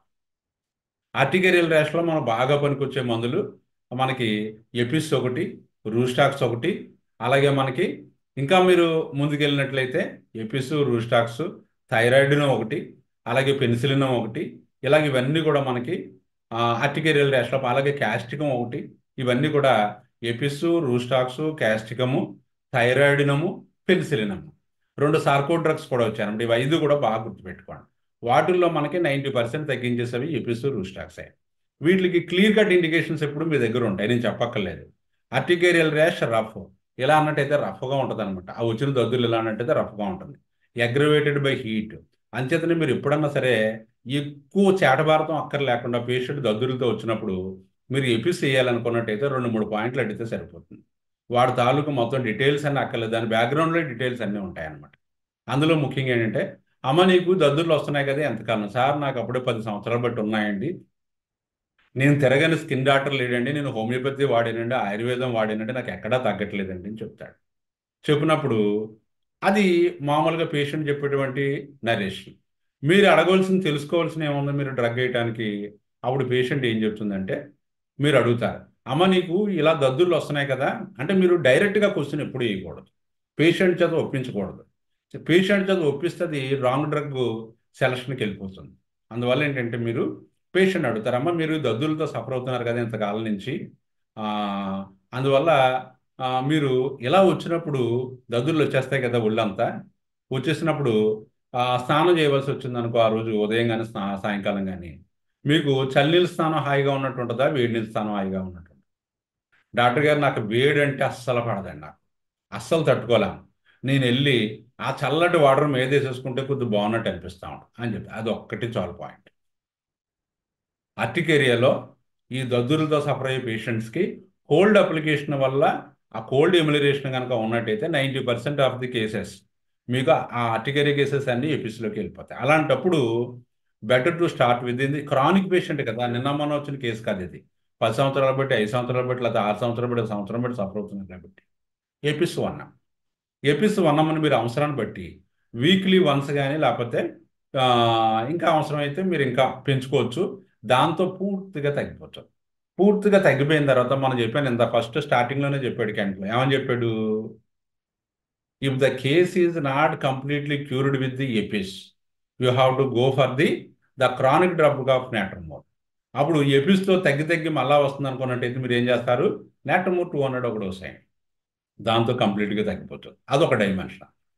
ఇకపోతే రూస్టాక్స్లోకి వచ్చేసరికి దద్దుర్లు ఎలా ఉంటాయంటే ఒక కేసు చెప్తాను, ఎపిస్ కేసులు బొచ్చుడు మనకి బోర్డని కేసులు అంటే ఒక కేసు అనే ఉంది, ఎన్నో కేసులు చేస్తుంటాం. అలాగే రూస్టాక్స్లో ఏంటంటే ఒక ఆవిడ నాకు తెలుసుండి ఏంటంటే ఒకసారి ఆ పేషెంట్ వచ్చింది, ముఖం అంతా ఎర్రగా ఇలా ఉబ్బిపోయింది, ముఖం అంతా అసలు కళ్ళు కనపట్టలేదు, ఏదో చిన్న మనకి ఏనుగు కళ్ళు లాగా, ఏనుగు చిన్న కళ్ళు ఉంటాయి కదా, చిన్న కళ్ళు ఆ పైన కనురెప్పలు రెండు ఉబ్బిపోతే ఆ లోపల నుంచి చిన్న చూపు కనిపిస్తుంది అనమాట, మొత్తం ముఖం అంతా. ఏమ్మా అంటే ఆవిడ చెప్పింది అనమాట, డాక్టర్ గారు నేను తప్పని చేసి, ఏంటి తప్పని, రాత్రి కలర్ వేసుకున్నానండి, తలకి డై వేసుకున్నాను, నాకు డై పడదు, నాకు అది వేసుకున్న తర్వాత నాకు ఇదంతా మొత్తం అంతా కూడా నాకు ఇలాగా వచ్చేస్తుంటుందండి, ఒకప్పుడప్పుడు తక్కువగా వచ్చేసింది, ఇప్పుడు ఎందుకో కలర్ ఏదో మారింది అని చెప్పి మొత్తం అంతా కూడా నాకు ఈ దద్దుర్లు వచ్చేసాయని చెప్తే నేను ఏం చేశానంటే అడిగాను, అదే సిమ్టమ్స్ అడిగాను, అమ్మ నీకు ఈ క్లైమేట్ చేంజెస్ అది ఏది బాగుంటుంది అంటే నాకు అసలు చలి పడదండి డాక్టర్ గారు, చల్లదనం అస్సలు పడదు. రూస్టాక్స్ 200 ఒక డోస్ ఇచ్చాను ఇమీడియట్గా. రూస్టాక్స్ 200 ఒక డోస్ ఇచ్చిన తర్వాత ఒక గంట 2 గంటలు అయ్యేసరికి నేను చెప్పాను అనమాట, 2-3 గంటలు పోయిన తర్వాత ఫోన్ చేసి ఎలా ఉందో చెప్పామంటే గంట 2 గంటలు అయ్యేసరికి అది నెమ్మదిగా తగ్గి ఆ వాపులు అవి కూడా చాలా వరకు లాగేసాయి. అలా ఇంకా ఆ ఒక్క డోస్ ఆఫ్ రూస్టాక్స్ 200తోనే మరలా ఆవిడకి మళ్ళీ కంప్లైంట్ కనిపించలేదు. అందువల్ల ఏంటంటే అంత అద్భుతంగా మనకి ఈ దద్దుర్లు అనే కంప్లైంట్ హోమియోపతిలో చాలా అద్భుతంగా పనిచేస్తూ ఉంటాయి అనమాట. ఇది బాగా గుర్తుపెట్టుకోండి. అంటే ఇది ఎపిస్ ఒకటి, రూస్టాక్స్ ఒకటి. ఎపిస్లో కోల్డ్ అగ్రవేషను, ఎపిస్లో కోల్డ్ ఎమ్యులరేషను, రూస్టాక్స్లో కోల్డ్ అగ్రవేషను, ఈ రెండింటిని బట్టి మీరు చూసుకోవచ్చు. ఎపిస్ సాధారణంగా 100 వేయండి, రూస్టాక్స్ 200 వేయండి, వేస్తే దాంతో పూర్తిగా నివారణ అయిపోతుంది అనమాట. నెక్స్ట్ మనం ఇందాక చెప్పుకున్నాం కదా, చిన్న ఏదో పిక్చర్ కనిపిస్తే తీసానమాట, దీన్ని ఏమంటామంటే ఎరిసిపిలాటిస్ ఇన్ఫెక్షన్స్ అంటాం. ఎరిసిపిలస్ అంటే దద్దుర్లు కాదు, అది స్కిన్ ర్యాష్లా వచ్చేది అనమాట, వచ్చేసి రెడ్డిష్గా అయిపోతుంది అనమాట. రెడ్డిష్గా అయిపోయి దాంట్లోంచి హీట్ వచ్చేసినట్టు, చల్లటి వాటర్ వేస్తే బాగున్నట్టు హాయిగా అనిపిస్తుంది. అప్పుడు కోల్డ్ ఎమ్యులరేషన్ ఉన్నప్పుడు మీరు అక్కడ ఎపిస్ వేసుకోండి. అదే మీకు కోల్డ్ అగ్రివేషన్ ఉన్నట్టయితే మీరు షూర్గా రూస్టాక్స్ వేసుకోవచ్చు, అక్కడ రూస్టాక్స్ పనిచేస్తుంది, ఎపిస్ పనిచేస్తుంది. నెక్స్ట్ అదే మనకి చెప్పాడు కదా పఫీ ఫేస్ అని చెప్పాడు, గ్రేట్ ట్యూమిఫాక్షన్ అబౌట్ ది ఫేస్. అంటే ఎపిస్లో పేషెంట్స్ ఎలా ఉంటారంటే ఇలా ముఖం వద్ద ఉబ్బినట్టు, రెడ్డిష్గా ఉన్నట్టు, గుండ్రటి ఫేస్ ఉంటుంది అనమాట ఎపిస్లో. అంటే మనం ఎలాంటి ఐడెంటిఫికేషన్స్ ఎప్పుడు మనం మాట్లాడుకోకూడదు, కానీ ఏంటంటే అక్కడ చూడటానికి అలా ఉంటారనమాట. దానికి అలా చూడగానే మన హ్యానిమన్ చెప్పాడు, ఆల్రెడీ మనకు ఒక హింట్ ఇచ్చాడు, మనకి సిస్టోపాథాలజీలో ఏం చెప్పాడు, మనకి అన్ప్రెజరైజ్డ్ అబ్జర్వర్ అని చెప్పాడు. అన్ప్రెజరైజ్డ్ అబ్జర్వర్ మన ఆజ్ఞానం గురించి చెప్పుకున్నట్టు చెప్తాం. మన పేషెంట్ చూడగానే వీడు నక్సవామకాయ, వీడు పలస్టెల్లా, వీడి నాట్రమూరు, లేకపోతే వీడు ఆర్సనికల్ ఇలా ఎప్పుడు చెప్పకూడదు. నువ్వు డీటెయిల్డ్గా కేస్ టేకింగ్ తీసుకుని ఈ ఫ్యాక్టర్స్ అన్నింటినీ కూడా నువ్వు కన్సిడర్ చేసి అప్పుడు నువ్వు కరెక్ట్గా మందు ఇస్తే అది హోమియోపతి తప్ప, ఈడేమో నల్లగా ఉన్నాడని ఒక మందు, తెల్లగా ఉన్నాడని ఒక మందు, పొడుగ్గా ఉన్నాడని ఒక మందు, మెడ సన్నగా ఉందని ఒక మందు, ఇలా మాత్రం మనం ఇలాంటి హోమియోపతిలోకి మనం వెళ్ళకూడదు. అవన్నీ ఊరికేంటి సరదాగా మాట్లాడుకోవడానికి ఆ డ్రగ్లో చెప్పినప్పుడు కొంత డిస్క్రిప్షన్ ఇస్తారు కాబట్టి అంతవరకే, అంతే. అందువల్ల ఏంటంటే మనకి ఎపిస్లో ఫేస్ ఎక్స్ప్రెషన్స్ చూడటానికి ఆ లుక్ అలా ఉంటుంది అనమాట. అలాగే మనకి చెప్తున్నాడు కదా puffiness of eyes and lids, stinging and burning and edema, dropsical condition of extremities, మనకి ఇవన్నీ వస్తాయి.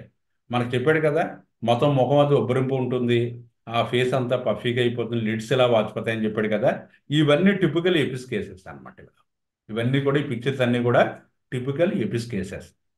ఇలాంటి కేసెస్లో మనం ఎపిస్ చేసినట్టయితే బాగా తగ్గుతుంది అనమాట. అలాగే మనకి కొన్ని సందర్భాల్లో మనం అందులో ముందులో చెప్పుకుంటాం. మనం కొన్ని సందర్భాల్లో ఏమవుతుందంటే ఎపిస్లో మనకి ఈ తేనెటీగలు అయితే కుట్టినప్పుడు కొన్ని కేసెస్ మన దగ్గరికి వస్తూ ఉంటాయి, చెప్తారనమాట. మళ్ళీ అయితే మనం తెలిసిన వాళ్ళు ఫోన్ చేసి చెప్తారు, అయ్యా మీ దగ్గర మందులు వాడుతున్నాను కదా, హోమియోపతిలో తేనెటీగ కుట్టినప్పుడు బాగా పనిచేసే మందులు ఉన్నాయంటే చెప్పండి అంటే, అప్పుడు కూడా చూడండి ఈ మూతది ఎలా వాచిపోయిందో, ఈ మూడో పిక్చర్ అనమాట. మూతది ఎలా వాచిపోయిందో అలాగా ఆ కుట్టిన చోట ఇలా వాచిపోద్ది అనమాట. వాచిపోయి ఇలా స్వెల్లింగ్ లాగా వచ్చేస్తుంది. అలాంటప్పుడు ఆ తేనెటీగలు అవి కుట్టినప్పుడు మీరు ఏం చేస్తారంటే ఎపిస్ హై పవర్లో వేయకూడదు, ఎపిస్ 6లో వేయాలి. ఎపిస్ ఏం చేస్తారు, 6 పవర్లో వేయాలి. 6 పవర్లో రోజుకు 2-3 డోసులు, పొద్దున డోసు, మధ్యాహ్నం డోసు, రాత్రి డోసు, అలాగా అది పూర్తిగా తగ్గిపోయేదాకా 2-3 రోజులు కనుక అలా వేసినట్టయితే చూస్తుండగానే అలా పోతాయి అనమాట. అంత అద్భుతంగా పనిచేస్తుంది. ఏమండి, అక్కడ మిగతా కాన్స్టిట్యూషన్ దాన్ని బట్టి మీరు అది 30 వేయాలా 200 వేయాలా అనేది మీరు ఆలోచన చేసుకుంటారు. అలాగే మనకి ఫిట్టింగ్ అండ్ ప్రెజర్ అనేది ఎపిస్లో చాలా క్యారెక్టరిస్టిక్స్ ఉంటాం అన్నమాట. చూడండి ఇలా నొక్కుతుంటే ఎలా సొట్టలు పడుతున్నాయో, అంటే వాటర్ చేరిపోయింది అనమాట. ఆ వాటర్ చేరిపోవటం వల్ల మనకి ఆ రకమైనటువంటి సిచ్యుయేషన్ వచ్చింది. అలాగే ఇందాక చెప్పుకున్నప్పుడు డ్రాప్స్కల్ కండిషన్స్, అనసర్క ఇలా చెప్పుకున్నాం. అనసర్క అంటే అర్థం ఏంటంటే మొత్తం యాజ్ ఏ హోల్ బాడీ అంతా కూడా నీరు పట్టేస్తుంది అనమాట. చూసారా, ఈ రకంగా ఈ పిల్లాడికి మొత్తం అంతా కూడా వాటర్ అంతా చేరిపోయినట్టు అయిపోయి ఈ డ్రాప్స్కల్ స్వెల్లింగ్ ఇలా వచ్చేస్తుంది అనమాట. అందువల్ల ఏపీస్లో ఆ రకంగా మనకి కనిపిస్తాయి అనమాట pictures. Come to the APIs.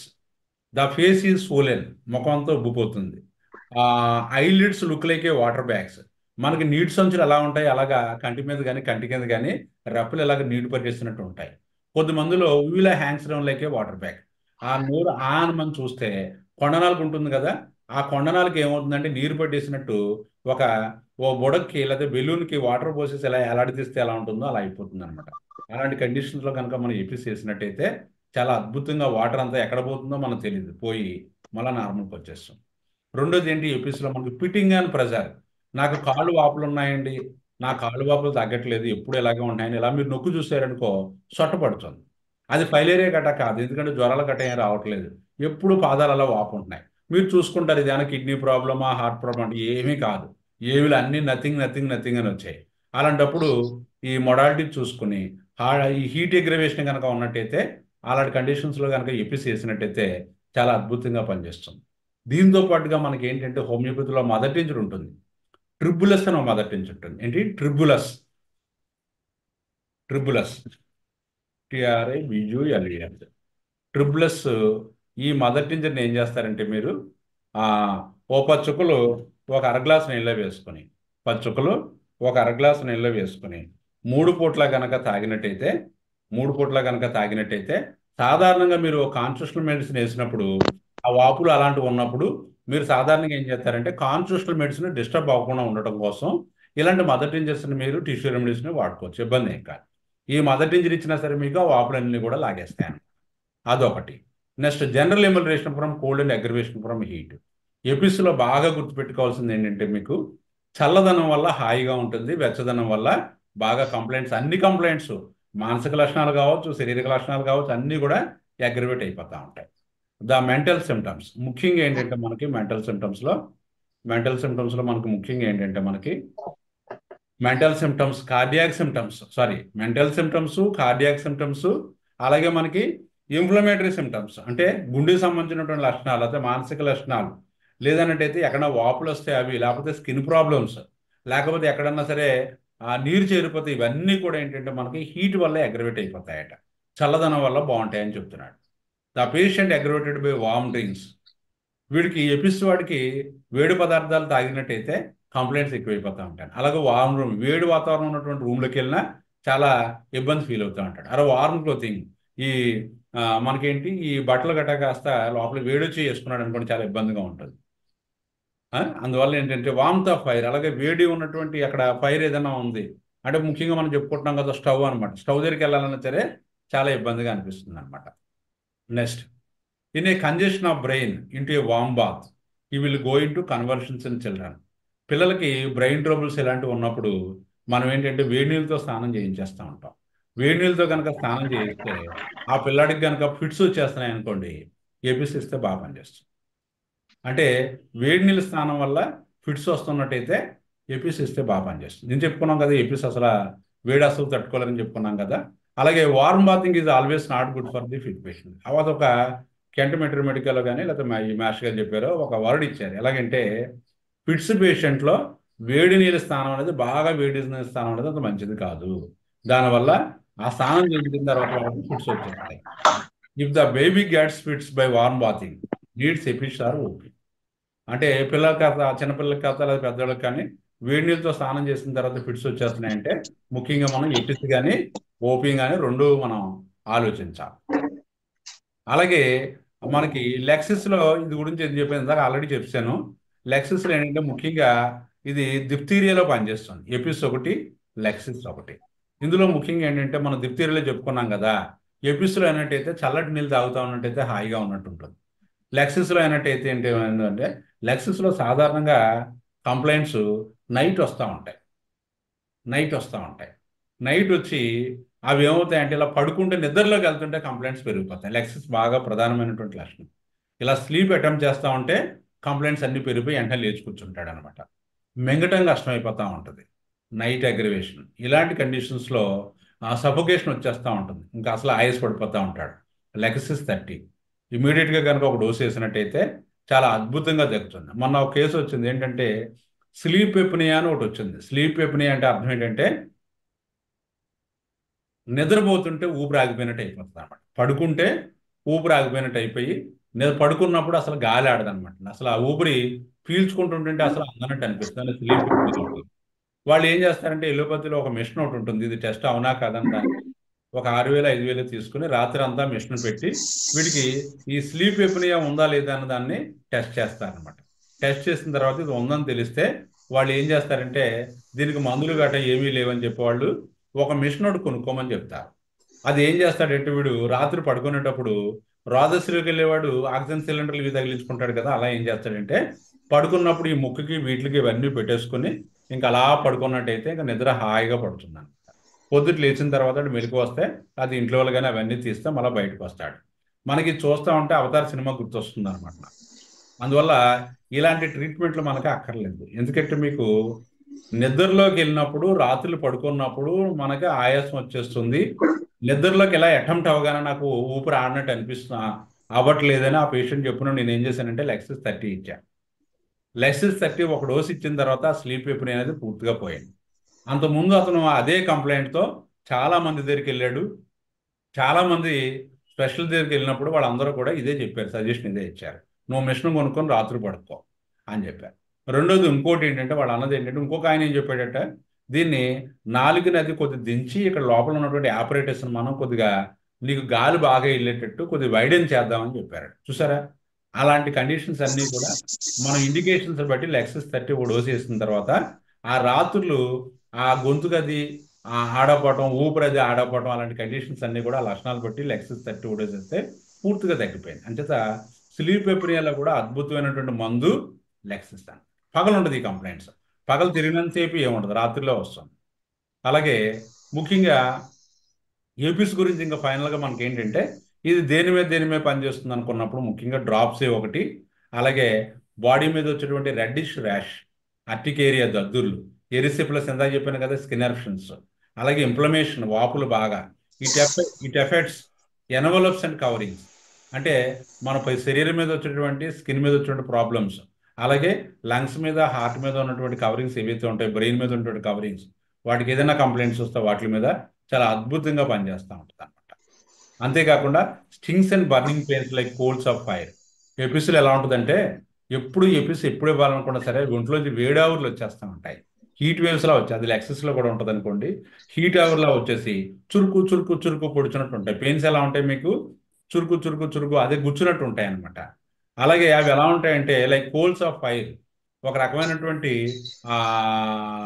ఈ కోల్ అంటే బొగ్గును మండిస్తుంటే ఏ రకంగా అయితే ఆ హీట్ వస్తుందో అంత హీట్ వచ్చేసినట్టు వీడికి ఆ ఫీలింగ్ ఉంటా ఉంటుంది అనమాట.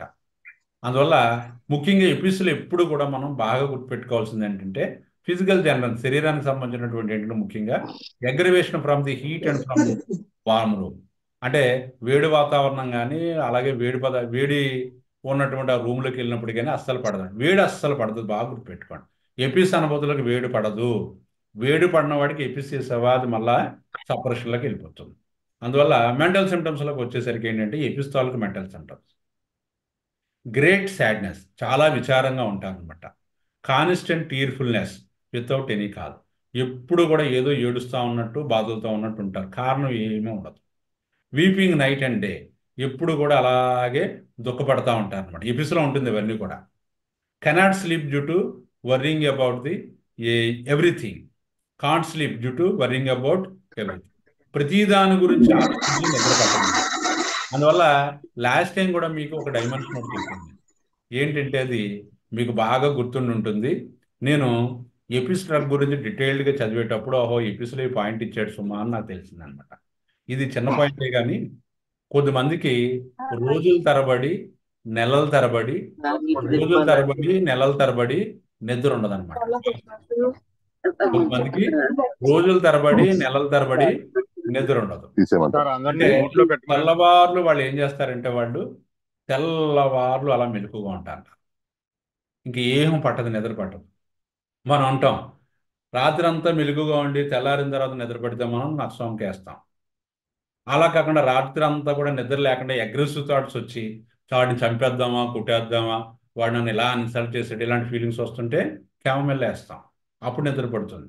అలా కాకుండా రాత్రి అంతా కూడా సౌండ్ డిస్టర్బెన్స్, మొత్తం ఆ ప్రపంచం అంతా వీడికి వినిపించడం, రైల్వే స్టేషన్లో కోతలు వినిపించడం, బయట ఎక్కడ లారీ వెళ్తే లారీ వినిపించడం, ఆ సౌండ్ వినిపించడం, ఇంట్లో వాళ్ళు ఎవరైనా లేచి బాత్రూమ్కి వెళ్తుంటే ఆ శబ్దం కూడా మనకి ఆ నడిచే ఆ నడకలో తాలూకు ఆ శబ్దం కూడా మనకి వినిపించడం వల్ల డిస్టర్బ్ అయిపోతే కాఫీ వేస్తాం.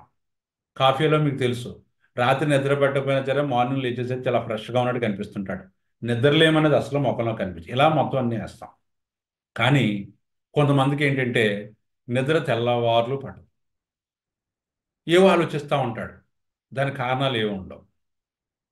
అలాంటి కండిషన్స్లో ఎపిస్, నేను చాలా కేసెస్లో కొన్ని వందలాది కేసులు చేస్తుంటాను. నాకు నిద్ర పట్టట్లేదండి, ఒక ఆవిడ చెప్పింది వాళ్ళ ఆయన పోయిన తర్వాత ఏదో మొత్తం మీద ఏదో డిస్టర్బ్ అయ్యింది ఆవిడ. అక్కడి నుంచి ఏదో ఫ్యామిలీలో ఏవో డిస్టర్బెన్సెస్ చాలా చూసుకోవాలి. కాజేషన్ చాలా ఇంపార్టెంట్. ఒక్కొక్క కాజేషన్ బదులు ఇంకొక కాజేషన్కి మనం గుడ్డుకి వెళ్ళిపోయి మందులు వేసేస్తాను. మన మనసులో ఒకటి ఉంటుంది, అదే దాన్ని అప్లై చేసుకుని వేసేస్తాం అనమాట.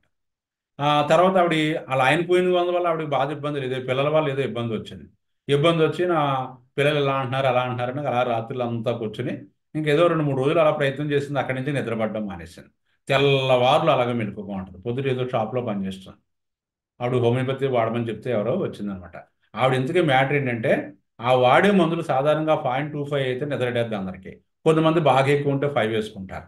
ఈవిడ అలాంటిది 10 mg వేసుకున్నా సరే అసలు నిద్ర రావట్లేదు, అంటే ఆ స్థాయికి వెళ్ళిపోయింది అనమాట. అప్పుడు ఆవిడకి ఎపిస్ 10 ఇచ్చాను. ఎపిస్ 10 ఇస్తే అక్కడి నుంచి ఆవిడకి నేను అనుకోవటం ఏంటంటే ఎపిస్ 10ని 15 రోజులు కూడా చొప్పున 2-3 సార్లు వేశాను. వేసేసరికి ఇంకా అక్కడి నుంచి ఇంకా ఆవిడ ఫుల్గా నిద్ర పట్టేసింది. అక్కడి నుంచి ఇంకా ఆ కంప్లైంట్ అనేది పూర్తిగా పోయింది. అంచేత ఎపిస్ 10 అనేది ఇంకా అస్సలు నిద్ర పట్టిన వాళ్ళు, ఇంక వీడికి రాదు, ఇంక వీడికి ఎంత నిద్ర మాత్రం వేసినా ఇంకా పనిచేయదన్న వాళ్ళు ఎపిస్ కనుక అంత అద్భుతంగా పనిచేస్తుంది అనమాట. ఇది బాగా గుర్తుపెట్టుకోండి. ఇది ఆల్రెడీ అంతకుముందు గతంలో కూడా చెప్పాను. Next foolish, suspicious, jealous, joyless. కొన్ని సింటమ్స్ ఎలా ఉంటాయంటే వీడికి కొద్దిగా సస్పీషియస్, జేలస్ ఇవన్నీ కూడా ఉంటాయి. లెక్సిస్ తాలూకు లక్షణాల్లో ఉంటాయి. సస్పీషియస్ అంటే అనుమానం ఉంటుంది, జేలస్ అంటే అసూయ ఉంటుంది, జాయ్లెస్ మొత్తం మనిషికి ఆనందం ఉండదు అనమాట అండి. ఈ రకమైనటువంటి లక్షణాలు మనకి కనిపిస్తూ ఉంటాయి. అంతేకాకుండా మనకి ఏంటంటే మనకి రెండోది మెంటల్ సిమ్టమ్స్ ఆఫ్ ఎపిస్. దాంట్లో డెలీరియం ఒకటి. డెలీరియం అంటే ఒక రకమైనటువంటి భ్రాంతి అనమాట.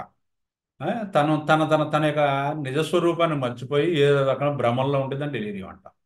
Delirium can be seen in serious brain disorders. ముఖ్యంగా ఏంటంటే ఈ బ్రెయిన్ తాలూకు కంప్లైంట్స్ వచ్చినప్పుడు వాళ్ళు తన సబ్కాన్షియస్లోకి మనిషి వెళ్ళిపోయినప్పుడు కొన్ని ప్రాలాపనలు చేస్తూ ఉంటాడు, కొన్ని మాటలు మాట్లాడుతూ ఉంటారు. దాన్ని మనం ఏం చెప్తామంటే డెలీరియం అని చెప్తాం. The child goes in to unconsciousness and one side of body twitching, other side of motionless. కొన్ని సందర్భాల్లో పిల్లలది బ్రెయిన్ ఫీవర్స్ అది వచ్చి మనకి ఏమవుతారంటే అన్కాన్షియస్లోకి వెళ్ళిపోతారు. అలాంటి కండిషన్స్లో ఒక సైడ్ బాడీ ఏమవుతుందంటే మోషన్గా ఉంటుంది, అంటే కదలిక ఉంటుంది. రెండో సైడ్ బాడీ కదలిక ఉంటుంది. ఇది ఏ డ్రగ్లో ఉంటుంది మీకు బాగా గుర్తొచ్చి ఉంటుంది, హెల్లీబారస్లో కూడా ఉంటుంది. హెల్లీబారస్ సిమ్టమ్స్ కొన్ని ఎపిస్ తాలూకు సిమ్టమ్స్ అన్ని కూడా హెల్లీబారస్లో కనిపిస్తున్నాయి నాకు. చూడండి మీరు, rolling of head from side to side, బొరలాగే తిప్పుతూ ఉంటాడు ఇలా, అంటే బ్రెయిన్ ట్రబుల్స్లో అనమాట ఇవన్నీ. ఇది కూడా హెల్లీబారస్లో ఉంటుంది. హెడ్ డ్రాన్ బ్యాక్ రిజిడ్లీ, తల వెనక్కి ఇలా లాగేస్తుంది అనమాట, తల వెనక్కి ఇలా లాగేస్తుంది. అంటే ఎదుర్కొండవలసినటువంటి బొర్ర ఇలా స్ట్రైట్గా ఉండవలసింది వెనక్కి ఇలా లాగి పెట్టేస్తుంది. అంటే బ్రెయిన్ ట్రబుల్స్లో, బ్రెయిన్ కంప్లైంట్స్లో, ముఖ్యంగా పిల్లల్లో వచ్చేటువంటి బ్రెయిన్ కంప్లైంట్స్లో ఎపిస్ చాలా అద్భుతంగా పనిచేస్తుంది. ఐస్ వెరీ రెడ్, కళ్ళు ఎర్రగా అయిపోతాయి, ఫేస్ ప్లస్ ముఖం ఎర్రగా ఏదో మాంసపు ముద్దలా అయిపోతుంది. ఐస్ పార్ట్లీ క్లోజ్డ్, కళ్ళు కాస్త సగం క్లోజ్ అయిపోయినట్టు అయిపోతాయి, హాఫ్ క్లోజ్ ఐస్ అంటాం. It is suitable in congestion of the brain. ఈ లక్షణాలన్నీ ఏంటంటే బ్రెయిన్ కంజెషన్ వచ్చింది, బ్రెయిన్ తాలూకు ప్రాబ్లమ్స్ సఫర్ అవుతున్నాడు అనే దానికి ఉదాహరణ. ఈ సెట్ ఆఫ్ సిమ్టమ్స్ అన్నీ కూడా మీరు హెల్లీబారస్లో గమనిస్తారు. ముఖ్యంగా హెల్లీబారస్కి దీనికి మెయిన్ తేడా ఏంటంటే ఎపిస్ వాడికి వేడి పడదు, అది బాగా గుర్తుపెట్టుకోండి.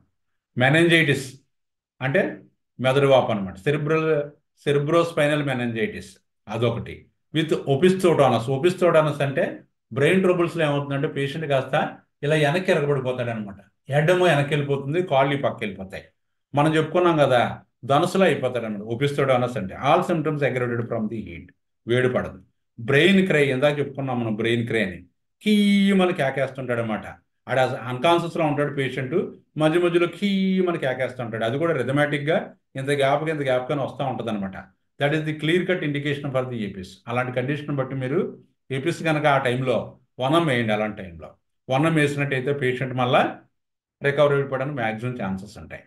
ఇండికేటెడ్ ఆఫ్టర్ హనీబీ బైట్, మనకు తెలుసు ఈ తేనెటీగలు అవి కుట్టినప్పుడు మనం ఎపిస్ 6 వేయమని చెప్పాను మీకు, గుర్తుంటుంది. అలాగే ఇన్ఫ్లమేషన్ ఆఫ్ ది ఐస్, కళ్ళు కూడా రెడ్డిష్గా అయిపోతూ ఉంటాయి, ముఖ్యంగా వాపులు అనమాట అండి మనకి. Throat troubles better by cold water, మనం అనుకున్నాం ఈ గొంతు సంబంధించిన ప్రాబ్లమ్స్ అన్నీ కూడా కోల్డ్ వాటర్ వల్ల కొద్ది బెటర్మెంట్ ఉంటుంది అన్నమాట. ఐస్ వాటర్లో కాదు చల్లటి నీళ్ళు కానీ తాగుతూ ఉంటే బాగున్నట్టు అనిపిస్తుంది.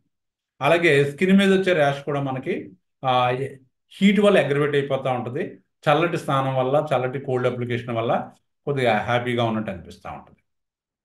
నెక్స్ట్ ఎపిస్ ఇంకొక డైమెన్షన్ ఏంటంటే మనకి యూరిన్ ట్రబుల్స్లో బాగా పనిచేస్తూ ఉంటుంది. మనకు చాలామంది పేషెంట్స్ పెద్దవాళ్ళు వాళ్ళు వస్తుంటారు, అయ్యా నాకు యూరిన్ అవ్వట్లేదండి, నాకు ఆవిడ చూస్తే వయసు చూస్తే 70-80 సంవత్సరాలు ఉంటాయి, నేను వెళ్తానంటే యూరిన్కి వెళ్తే కొద్ది చుక్కల్లాగా డ్రాప్స్ లాగా పడుతుంది అంటే మీరు వెంటనే మీరు ఈ క్యాంథారిస్ ఇలాంటి మందులు వేసేయకూడదు. ఎందుచేతంటే అది యూరిన్ ఇన్ఫెక్షన్ కాదు, అక్కడ ఏంటంటే మెటబాలిజంలో ఏదో తేడా రావడం వల్ల అలా జరుగుతుంది అనమాట. అందువల్ల ఏంటంటే మీరు అడుగుతారు చాలామంది, నీకు దాహం ఉంటుందా ఎపిస్ వేసేటప్పుడు చాలామంది అడుగుతారు, దాహం ఉంటుందా? దాహం ఉండదు. దాహం లేకపోయినా సరే అక్కడ క్లియర్ కట్ ఇండికేషన్స్ని బట్టి మీరు ఆ డ్రగ్ ఎపిస్ వేసుకోవచ్చు, ఇబ్బంది ఏం కాదు. దాహం మెయిన్ కాదు. స్కాంటీ యూరినేషన్ అంటే యూరిన్ చాలా తక్కువ అవుతుంది అనమాట. ఎపిస్లో ఎప్పుడు కూడా నీరుడు డ్రాప్స్ మాదిరిగా పడుతుంది, తక్కువ యూరిన్ వెళ్తుంది, నీరుడు ఎగబడేసినట్టు ఉంటుంది అనమాట. ఎగబడేసినట్టు ఉండి అది కొన్నాళ్ళ కంప్లైంట్ అలా కంటిన్యూ అయ్యేసరికి ఆ పాదాలు అవి కూడా వాపులు వచ్చేస్తే ముఖం అది ఉబ్బిపోయినట్టు అనిపిస్తుంది. కొన్ని కిడ్నీ పరీక్షలు అవి చేయించినట్టయితే అది ఏమి ఉండదు, అంతా బాగానే ఉన్నట్టు అనిపిస్తుంది. అలాంటి కండిషన్స్లో మీరు ఎపిస్ 30 కనుక ఒక సింగిల్ డోస్ వేసినట్టయితే వాళ్ళు యూరిన్ రావడం అనేది మొదలవి అలాగే విపరీతంగా పాస్ చేసి అప్పుడు వాపులు అవన్నీ కూడా లాగేస్తాయి. కేసులో మనకి మెడికల్లో చెప్తాడు కదా, మన ఫిలాసఫీలో కూడా చెప్తాడు, ఒక డ్రగ్తో ఒక ఇంప్రూవ్మెంట్ స్టార్ట్ అయిన తర్వాత ఆ ఇంప్రూవ్మెంట్ కంటిన్యూ అవుతున్నంతసేపు కూడా నువ్వు ఆ డ్రగ్ని రిపీట్ చేయొద్దు, లేదా నెక్స్ట్ పొడెన్స్కి కూడా వెళ్ళొద్దు. అది ఆగిపోయేదాకా, ఇంప్రూవ్మెంట్ ఆగిపోయేదాకా బెటర్ టు వెయిట్ అంతే. అలాగే ఫ్రీక్వెంట్ యూరినేషన్ కూడా బాగా ఎక్కువ సార్లు అవుతూ ఉంటుంది, తక్కువ అవుతూ ఉంటుంది, అది ఎపిస్లో లక్షణం. క్యాంథారిస్లో అలా కాదు, మంటలు అవన్నీ ఉంటాయి. Next it can prevent abortion at first and second and third months of pregnancy. సాధారణంగా మనకి ప్రెగ్నెన్సీ పోతున్న వాళ్ళలో కూడా అంటే గర్భం నిలవదనమాట అండి, ఎక్కువ అబార్షన్స్ అయిపోతుంటాయి. ముఖ్యంగా ఎర్లీ మంత్స్ ఆఫ్ అబార్షన్ అంటే first month, second month, third month abortion అవుతున్న వాళ్ళలో ఎపిస్ బాగా ఎపిస్ వేసినట్టయితే మీకు మళ్ళా సరే అబార్షన్ అవ్వకుండా ఆగుతుంది అనమాట. ఎర్లీ మంత్స్ అనమాట ముఖ్యంగా. అలా కాకుండా ఈ అబార్షన్స్తో పాటు మనకి ఆ లోపల బేబీ కాస్త డిఫెక్ట్స్తో కనుక ఉన్నట్టయితే మనకి అక్కడ ఏంటంటే సిఫిలిస్ ఇండికేట్ అవుతుంది.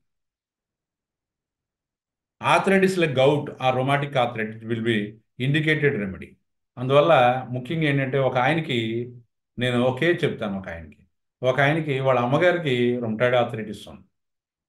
అంటే ఈ కీళ్ళన్నీ వాచిపోయి రొమటాయిడ్ ఆర్థరైటిస్ ఆర్ఏ ఫ్యాక్టర్ అంటాం కదా, ఆర్ఏ ఫ్యాక్టర్ పాజిటివ్ ఉన్న వాళ్ళు ఈ చేతులు వేళ్ళు అవన్నీ కూడా వాపులు వచ్చేసి ఆ పాదాలు ఆ వేళ్ళు ఇవన్నీ జాయింట్స్ అన్ని వాపులు వచ్చేసి ఇవన్నీ కూడా ఏమవుతాయంటే ఇలా అయిపోతాయి అనమాట. ఇలా అంటే ఆ వేళ్ళు ఇవి కూడా వాపులు వచ్చేసి బాగా డిఫార్మిటీస్ వచ్చేస్తుంటాయి. వాళ్ళు పాపం ఇలా ముడాలంటే ముడలారు, ఒక వస్తువుని పట్టుకోలేరు, నడకలో మార్పు వచ్చేస్తుంది, చాలా బాధలు పడుతూ ఉంటారు. ఇలాంటి కేసెస్ అన్నీ కూడా హోమియోపతిలో చాలా అద్భుతంగా దొరుకుతాయి. మీరు కనుక ఫండమెంటల్ అంటే మీ దగ్గరికి స్టార్టింగ్లో రావాలి వాళ్ళు, అంతే తప్ప ఒక 5 సంవత్సరాలు 10 సంవత్సరాలు మీరు వాళ్ళు ఈ స్టెరాయిడ్స్ అన్ని వాడేసిన తర్వాత మీ దగ్గరికి వస్తే మీరు ఏదో తగ్గిస్తారు, కానీ కొద్దిగా కష్టపడవలసి వస్తుంది. పేషెంట్ కూడా కొద్దిగా ఎక్కువ కాలం వెయిట్ చేయవలసి వస్తుంది తగ్గడం కోసం. ఎందుకంటే ఆల్రెడీ స్టెరాయిడ్ ట్రీట్మెంట్ ఉంటారు, ఆ స్టెరాయిడ్ మీరు విత్డ్రా చేసుకోవాలి, మళ్ళీ మీ మందుని ఇస్తూ ఉండాలి. అంచేత ఒకేసారి మానిపించేయకూడదు. మీరు బాగా గుర్తుపెట్టుకోండి. వీళ్ళు ఎలర్జీస్లో ఎలర్జీస్లో అంటే ముఖ్యంగా ఏంటంటే ఇప్పుడు ఇందాక చెప్పుకున్న అర్టికేరియా ఇలాంటి అట్లు చాలామంది సిట్రిజిన్ వాడుతూ ఉంటారు.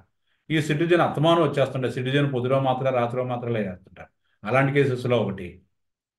అలాగే కీళ్ళవాతానికి సంబంధించినటువంటి రొమటాయిడ్ ఆర్థరైటిస్లో మనకి ఏంటంటే ఆర్ఏ ఫ్యాక్టర్ చాలా పాజిటివ్గా ఉన్నప్పుడు, పేషెంట్ చాలా కాలం నుంచి స్టెరాయిడ్ ట్రీట్మెంట్లో ఉన్నప్పుడు మీ దగ్గరికి వచ్చినప్పుడు మీరు వెంటనే ఆ మందులన్నీ మానేయండి అమ్మా, నేను ఇచ్చే మందు వేసుకోండి అని కాన్స్టిట్యూషనల్ రెమెడీ ఇచ్చినప్పటికి, ఇండికేటెడ్ రెమెడీ ఇచ్చినప్పుడు కూడా అవన్నీ మానమని చెప్పకూడదు.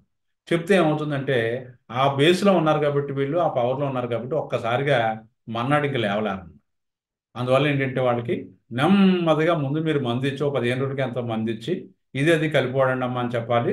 తర్వాత నుంచి కొంచెం ఆ విత్డ్రా చేసుకోమని ఒక్క పెయిన్ కిల్లర్ మీద ఉంచి ఆ స్టెరాయిడ్ నెమ్మదిగా తగ్గించేసి ఆ తర్వాత పెయిన్ కిల్లర్ కూడా నెమ్మదిగా తగ్గించుకుని అప్పుడు మీరు వాళ్ళని ఆ జనజీవనంలోకి తీసుకురావచ్చు. That is the way of treatment. అంతే తప్ప మీరు అన్నీ మానేసి ఇది ఒకటే వాడండి అంటే ఒక్కసారిగా వాళ్ళు ఏంటంటే మీ హోమియోపతి అనుభూతులకి భయం పట్టేసుకుంటుంది అనమాట. అదొకటి.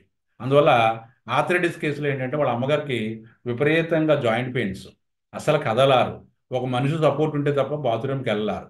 తర్వాత ఏమైందంటే ఆ కుర్రాడు కూడా వచ్చేసింది. ఆ పిల్లాడికి వచ్చేస్తే ఆయనకి 20 సంవత్సరాలు ఎంతో ఉంటుంది వయసు, అక్కడి నుంచి మొదలైపోయింది అనమాట. మొదలైపోతే ఆ వేళ్ళు అయ్యి వాచిపోయాయి. ఆర్ఏ ఫ్యాక్టర్ టెస్ట్ చేస్తే పాజిటివ్ వచ్చింది. ఆయనకి అడిగితే ఏంటంటే కోల్డ్ ఎమిలరేషన్, ఆయనకి అస్సలు హీట్ పడదు, అందువల్ల రూస్టాక్స్ లాంటి మందులు అస్సలు పడవు. అప్పుడు నేను ఏం చేశానంటే ఎపిస్ ఇచ్చాను. ఎపిస్ 200తో స్టార్ట్ చేశాను. 200తో స్టార్ట్ చేసిన తర్వాత 1 వరకు వెళ్ళాను అంతే. తర్వాత అది పూర్తిగా తగ్గిపోయింది, ఆర్ఏ ఫ్యాక్టర్ కూడా నెగిటివ్ వచ్చేసింది. అంచేత కీళ్ళవాతంలో కూడా మనకి ఆర్థరైటిస్లో మనకి అద్భుతంగా పనిచేస్తుంది. నెక్స్ట్ ఎపిస్లోకి వచ్చేటువంటి కేసుల్లో కాజేషన్స్ ఏంటంటే మనకి ముఖ్యంగా stings and bites of animals. ఈ ఈ కుట్టడం అనమాట. ఈ యానిమల్స్ ఏవైతే ఉంటాయో ఇన్సెక్ట్స్ ఇలాంటివి కుట్టడాలు కరటాల వల్ల కూడా మనకి ఈ ఎపిస్ బాగా ఇండికేట్ అవుతుంది.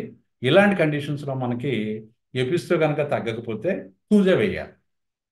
అందుకనే మనం ఏం చేస్తుంటాం, డాగ్ బైట్ ఇలాంటి వాటిలో ఈ యానిమల్ పాయిజన్స్ ఇలాంటివి ఏదైనా కరిచినప్పుడు కుట్టినప్పుడు ఇలాంటి వాటిలో ఆ డ్రగ్తో తగ్గిపోయిన తర్వాత ఆ సైడ్ ఎఫెక్ట్స్ మళ్ళీ మన బాడీలో ఉండకూడదు అన్నట్టయితే సూజ వేయాలి. సూజ 200 ఒక డోస్ వేసినట్టయితే ఇది ఈ బ్లడ్ పాయిజనింగ్ని అది కాస్త యాంటీడోట్ చేసేసి ఆ మనిషిని కాస్త హాయిగా ఉండేటట్టు చేస్తుంది. అంచేత ఎపిస్ కొంతవరకు పనిచేస్తుంది, కానీ తూజ కూడా అద్భుతమైన ఈ డైమెన్షన్లో తూజ పనిచేస్తుంది. రాంగ్లీ ట్రీటెడ్ ఎరప్టివ్ ఫీవర్స్, కొన్ని సందర్భాల్లో ఈ పొంగు జ్వరాలను అవి సరిగ్గా ట్రీట్ చేయనప్పుడు ఆ తర్వాత కాంప్లికేషన్స్ వస్తే మనం ఎపిస్ కూడా బాగా indicated. Bad effects of vaccination తర్వాత వచ్చినటువంటి సైడ్ ఎఫెక్ట్స్ కూడా ఎపిస్ లక్షణాలు ఉన్నట్టయితే అది కూడా బాగా తగ్గిస్తుంది. ఇవన్నీ కాజేషన్స్ అనమాట. నెక్స్ట్ లాస్ట్ పేజ్ ముఖ్యంగా ఏంటంటే ఎపిస్లో ముఖ్యంగా ఏంటంటే మనకు డ్రగ్ రిలేషన్షిప్లోకి వచ్చాం. ఇది డెడ్లీ ఎనిమికల్ టు రూస్టాక్స్. మనకి ఎనిమికల్ లిస్ట్ ఎప్పుడు కూడా ప్రాక్టీషనర్గా మనం ఏం చేస్తామంటే ఒక చిన్న చార్ట్ ఒకటి తయారు చేసుకోవాలి. ఒక మనకి A4 సైజ్ షీట్ ఉంటుంది కదా, దాని మీద ఏంటంటే మీరు ముఖ్యంగా కాంప్లిమెంటరీ రెమెడీస్ రాసుకోపోయినప్పుడు కూడా ఎనిమికల్ రెమెడీస్ అన్నీ కూడా లిస్ట్ పెట్టుకోవాలి. ఎపిస్ ఎప్పుడు కూడా రూస్టాక్స్ ముందు కానీ వెనక్కి కానీ వేయకూడదు. ఎపిస్కి రూస్టాక్స్కి రెండు కూడా ఎనిమికల్. వాటి యొక్క మామూలుగా చెప్పాలంటే అసలు వేయకూడదు. ఎందుకు వేస్తాం మనం? రూస్టాక్స్లో ఏమో కోల్డ్ అగ్రవేషన్, ఎపిస్లోనేమో కోల్డ్ ఎమిలరేషన్. అసలు జనరాలిటీస్ నప్పకపోతే ఆ మందే వేయం మనం దానిలాగా. అలాగే ఎపిస్ తర్వాత బాగా పనిచేసే మందులు ఏంటంటే తూజా ఒకటి, నాట్రమూర్ ఒకటి, పల్స్టల్లా ఒకటి, ఫాస్ఫరస్ ఒకటి, సల్ఫర్ ఒకటి, క్యాంథారిస్ ఒకటి. ఇవన్నీ కూడా మనకి ఎపిస్కి బాగా దాని ఫాలోఅప్ బాగా పనిచేస్తూ ఉంటాయి. అలాగే అండ్ ఆల్ పాయిజనస్ డ్రగ్స్, మిగతా పాయిజన్ డ్రగ్స్ ఉన్నాయి కదా మనకి, అంటే ఏంటి, లెక్సిస్ అని లేకపోతే క్యాంథారిస్ అని, ఇవన్నీ కూడా మనకి యానిమల్ డ్రగ్స్ కదా, పాయిజనస్ డ్రగ్స్ అంటాం. ఇవన్నీ కూడా ఎపిస్ తర్వాత బాగా పనిచేస్తాయి. అండ్ ఆల్ స్పైడర్ పాయిజన్స్ అంటే టారించులా క్యూబెన్సిస్, టారించులా హిస్పానికా ఇలాంటివి ఉన్నాయి కదా. అలాగే మనకి లారోస్, ఇవన్నీ కూడా స్పైడర్స్, ఇవన్నీ కూడా మనకి కాంప్లిమెంటరీగా ఎపిస్కి బాగా పనిచేస్తాయట. అలాగే Thuja and Natrum mur are mainly complimentary, mainly completely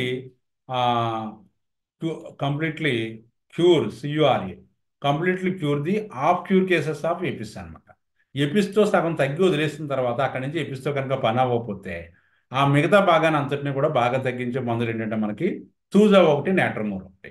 next Arnica is also inimical to all animal poisons. బాగా గుర్తుపెట్టుకోవాలి, ఆర్నిక్ అనే డ్రగ్ మనకి ఆల్ యానిమల్ పాయిజన్ డ్రగ్స్కి అసలు ఎనిమికల్ అనమాట. లెక్సిస్ కానీ లేకపోతే క్రోటాలస్ కానీ లేకపోతే మనం చెప్పుకున్న పాయిజన్ ఎపిస్ కానీ, వీటన్నింటికి కూడా ఈ ఆర్నిక ఎనిమికల్ డ్రగ్ అని చేత ఆర్నికని ఎప్పుడు కూడా ఇలాంటి పాయిజనస్ డ్రగ్స్ యానిమల్ డ్రగ్స్ ముందు వేయకూడదు, ముందు యానిమల్ పాయిజన్స్ ముఖ్యంగా. అలాగే Psorinum is also inimical to all animal poisons. Arnica ఒకటే కాదు, సోర్నం కూడా. అంచేత సోర్నం కూడా మనకి one of the inimical to all the, Psorinum is also one of the inimical to all the animal poisons. So this is about the Apis. అర్థమైందండి అందరికీ? Sir anaemia అర్థమైంది sir, చాలా బాగా చెప్పారు. డాక్టర్ గారు ఎపోసిన్ ఎప్పుడు యూజ్ చేస్తాం? ఎపోసైనం గురించి సాధ్యమైనంత వరకు ఇక్కడ ఆ టాపిక్ రాకూడదని నేను ఆఫ్ చేశాను, మీరు అడుగుతున్నారు. ఎందుకంటే మనకి కన్ఫ్యూజన్ రాకూడదు. ఎపోసైనం డైమెన్షన్స్ వేరే, అవన్నీ వేరు. అక్కడ ఏంటంటే ఎపిస్కి ఎపోసైనానికి మెయిన్ ఏంటంటే ఎపోసైనంలో కోల్డ్ ఎమిలరేషన్ ఉంటుంది, అవును, థ్రస్ట్ ఉంటుంది, అంతే, అంతకంటే ఏం లేదు. దీనికి దానికి ఆ రెండే ఆపోజిట్. కానీ దాని స్పీడ్ ఆఫ్ యాక్షన్ కంటే ఎపిస్ చాలా అద్భుతంగా పనిచేస్తుంది. మనం ఎపోసైనంలోకి వెళ్ళవలసిన అవసరం సాధారణంగా ఉండదు, కానీ మ్యాక్సిమం మనకి ఎపిస్తోనే చాలా వరకు కేసెస్ తగ్గుతాయి. ఏమైనా డౌట్స్ ఏమైనా ఉన్నాయా? ఆర్ఏ ఫ్యాక్టర్ ఏ విధంగా ఏ మెషిన్ ద్వారా తెలుస్తుంది? ఆర్ఏ ఫ్యాక్టర్ అనేది ఏంటంటే బ్లడ్లో ఉన్నటువంటి ఒక డిజార్డర్ అనమాట. అది దాన్ని ఆటో ఇమ్యూన్ డిజార్డర్ అంటాం. అదేంటంటే ఆర్ఏ ఫ్యాక్టర్ అని ఒక టెస్ట్ ఉంటుంది. ఆర్ఏ ఫ్యాక్టర్ టెస్ట్ రాసినప్పుడు బ్లడ్కి వాడు పాజిటివ్ అని నెగిటివ్ అని రాస్తాడు. దానికి ఆ రిపోర్ట్స్లో వాడికి ఇస్తాడు, పక్కన ఇస్తాడు ఏమని, ఇక్కడ నుంచి ఇక్కడ దాకా నార్మల్ అని. సాధారణంగా ఏంటంటే ఆ రేంజ్ దాటితే అది ఆర్ఏ ఫ్యాక్టర్ పాజిటివ్లోకి వస్తుంది. మనకి కీళ్ళవాతాలు ఉన్నాయి కదా, అవునండి, కీళ్ళవాతాలు చెప్తా.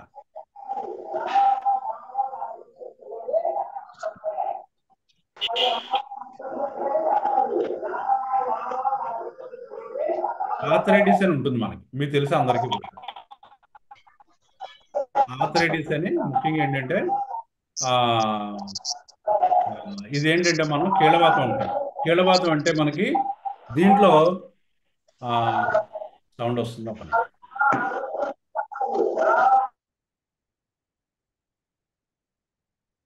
కీళ్ళవాతం అంటే అర్థం ఏంటంటే, బాగా వినండి, ఇది జస్ట్ ఒక 2-3 మినిట్స్ 5 మినిట్స్ దాటకుండా చెప్తా. కీళ్ళవాతం అని ఉంటుంది అంటే పేషెంట్లో ఎప్పుడు లేనటువంటి జాయింట్ పెయిన్స్ కానీ, అంటే అర్థం ఏంటంటే ఓ పేషెంట్కి కేవలం మోకాళ్ళ నొప్పులు ఉన్నాయనుకోండి, మన ఆర్థరైటిస్ గురించి భయపడక్కర్లేదు. అది ఎప్పుడు ఓ 40 ఇయర్స్ ఎప్పుడో దాటిన తర్వాత అక్కడి నుంచి ఏమవుతాయంటే మోకాళ్ళు గుజ్జు అరిగిపోవటం వల్ల వాళ్ళలో ఏమవుతాయంటే మోకాళ్ళ నొప్పులు స్టార్ట్ అవుతాయి. దాన్ని ఆస్టియో ఆర్థరైటిస్ అంటాం. ఆస్టియో ఆర్థరైటిస్ అంటే ఆ ఎముకలు, ఆ సందులు ఏవైతే ఉంటాయో మనకి, ఆ జాయింట్స్ ఏవైతే ఉంటాయో అక్కడ ఉన్నటువంటి కార్టిలేజ్ కాస్త అరిగిపోతుంది అనమాట. అరిగిపోయినప్పుడు ఏమవుతుందంటే ఆ కార్టిలేజ్ తగ్గిపోవటం వల్ల ఫ్రిక్షన్ వస్తుంది. ఆ ఫ్రిక్షన్ వల్ల ఏంటంటే వాళ్ళు నడుస్తున్నప్పుడు సౌండ్స్ రావటం, మెట్లు అవి ఎక్కలేకపోవటం, మెట్లు దిగలేకపోవటం, నడుస్తుంటే పెద్దవాడి పాపం చాలా కష్టపడటం, ఇవి ఉంటాయి. అలాంటి కేసెస్లో మనకి అక్కడ ఉన్నటువంటి లక్షణాలను ఆధారంగా చేసుకుని మనం మందులు వేస్తాము. వాళ్ళు చెప్తాం అనమాట. ఇప్పుడు చెప్తున్నారు కదా, చాలామంది నీ రీప్లేస్మెంట్ చేస్తున్నారు. చాలామందికి నీ రీప్లేస్మెంట్ అంటే బాగా దాంట్లో కూడా తెలుస్తుంది మనకి ఎంతవరకు అరిగిపోయింది. 10%, 20, 30, 40, 50, 100%. అలాగా మోర్ దాన్ 50% అది కనుక బాగా అరిగిపోయినట్టయితే మోకాళ్ళు, వాళ్ళు ఏం చేస్తున్నారంటే చాలామంది ఈ మధ్య కాలంలో ఓ 10-15 సంవత్సరాల నుంచి నీ రీప్లేస్మెంట్ చేయించేసుకుంటున్నారు. దాని తాలూకు కాంప్లికేషన్స్ కూడా బోల్డన్ ఉంటాయి. అదేమంత సక్సెస్ఫుల్ ట్రీట్మెంట్ ఏం కాదు.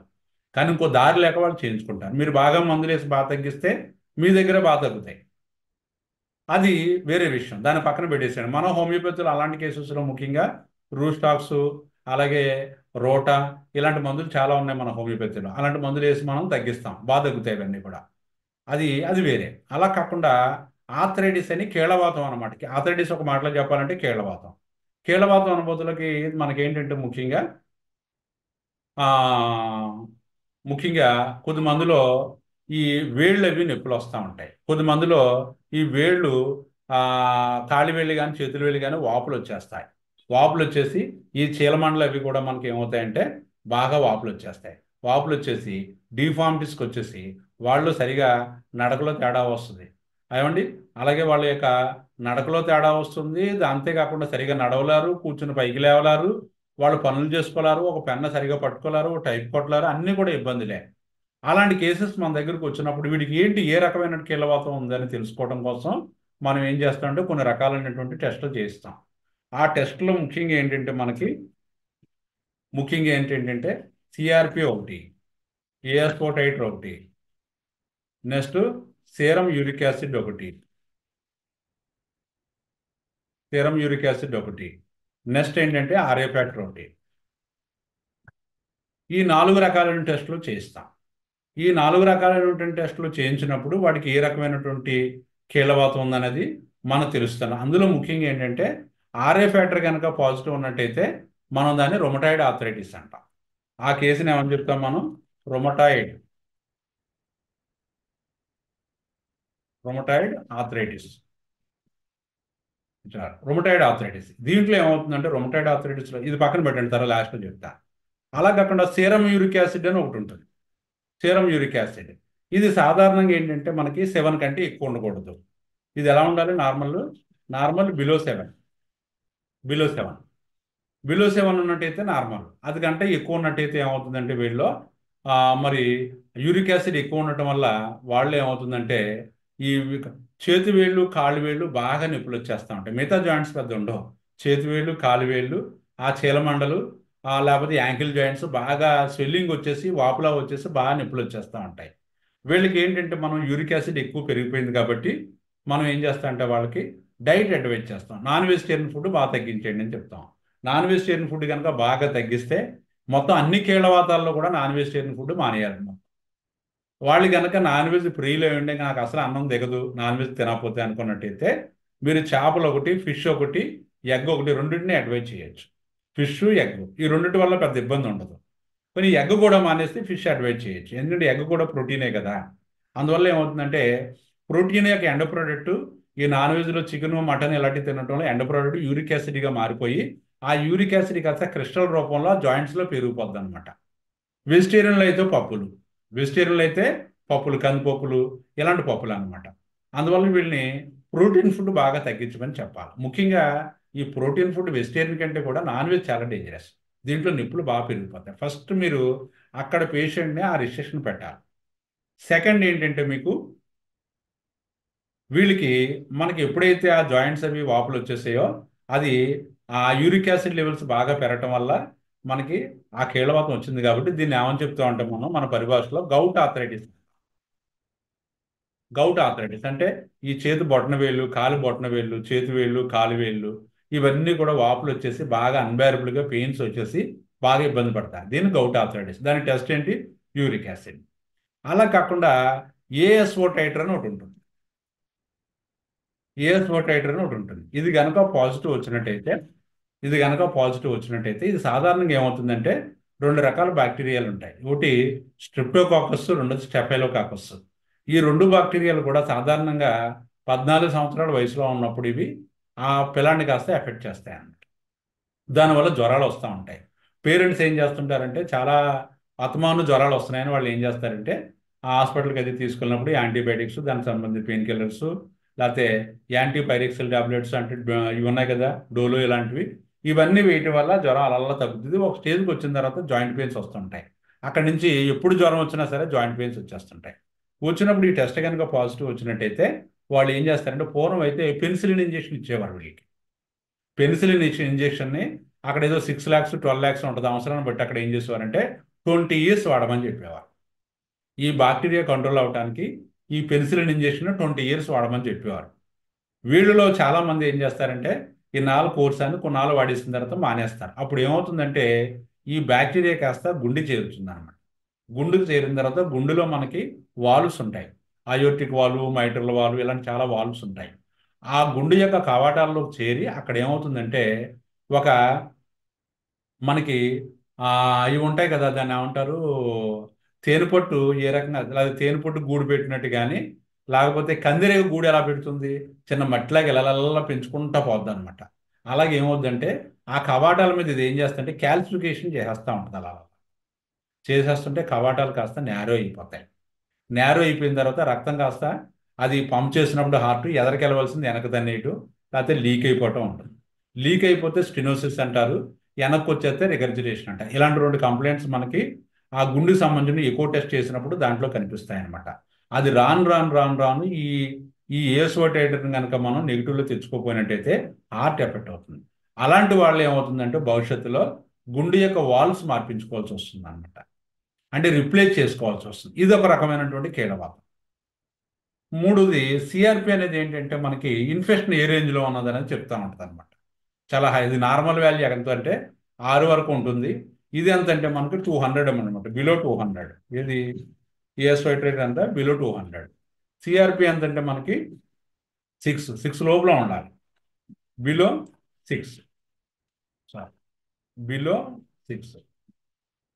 6 ఉన్నట్టయితే నార్మల్ అనమాట. మనకి టెస్ట్ చేయించినప్పుడు ఇవన్నీ నెగిటివ్ అని వచ్చాయనుకోండి, వీఆర్ హ్యాపీ అనమాట. అవి మామూలుగా జనరల్గా ఏంటంటే అన్ని జాయింట్లు ఎక్కువ ఉన్నట్టయితే పాలియాథరైటిస్ అంటాం. లేకపోతే ఆ లక్షణాల్లో కీలవాతం లాగా ఉన్నప్పుడు కూడా మనం కీలవాతానికి సంబంధించిన ట్రీట్మెంట్ వాళ్ళు ఇస్తూ ఉంటారు అనమాట. దాన్ని సీరో నెగిటివ్ ఆర్థరైటిస్ అంటారు. అంటే ఆర్థరైటిస్ లేదు కానీ టెస్టులు చేస్తే ఆర్థరైటిస్ లక్షణాలు ఉన్నాయని చెప్పుకుని వైద్యం చేస్తారనమాట. మన హోమియోపతిలో సిమ్టమాటిక్ ట్రీట్మెంట్ కాబట్టి హోమియోపతిలో కీలవాతానికి అద్భుతంగా తగ్గే మందులు ఉన్నాయి. ముఖ్యంగా మనకు తెలిసినటువంటి పాలిక్రస్ట్లోనే చాలా గొప్ప మందులు ఉన్నాయి. అంచేత మనకి ఏంటంటే ఆర్ఏ ఫ్యాక్టర్ పాజిటివ్ వచ్చిన వాళ్ళు మనకి ఏంటంటే చాలా బ్యాడ్ ఏంటంటే పాపం వాళ్ళు ఆ కీలవాతం బాగా, ఇలా కాకుండా మనకి యాంకిలోజింగ్ స్పాండిలైటిస్ అని ఒకటి ఉంటుంది. ఎలాగా యాంకిలైజింగ్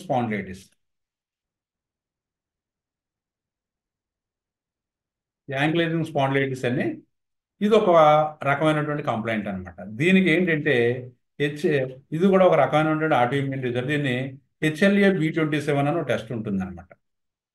HLA-B27 అని అన్ని చోట్ల లభ్యం అవుతుంది. కొద్ది పెద్ద సెంటర్లకు పంపిస్తూ ఉంటారు. ఇది కనుక పాజిటివ్ వచ్చినట్టయితే యాంకిలైజింగ్ స్పాండిలైటిస్ అంటారు. దీనివల్ల ఏమవుతాయంటే వెన్నుపోస్తుంది అనుకోండి, ఒక పూస అలా అతుక్కుపోతూ ఉంటాయి. జాయింట్స్ అన్ని యూనియన్ అయిపోతూ ఉంటాయి. దానివల్ల మనిషిలో ఒక రకమైనటువంటి వికృత రూపం వచ్చి విపరీతమైన పెయిన్స్ వచ్చి చాలా సఫర్ అవుతారు. దీనికి కూడా హోమియోపతిలో అద్భుతమైనటువంటి మందులు ఉంటాయి. అక్కడ ఉన్నటువంటి లక్షణాలే అద్భుతమైన మందులు అంటే లేదు, మీరు కరెక్ట్గా ఇండికేటెడ్ మెడిసిన్ వేయటమే. అందువల్ల మనకి ముఖ్యంగా ఏంటంటే మనకి ఈ ఆర్ఏ ఫ్యాక్టర్ పాజిటివ్ ఉన్నటువంటి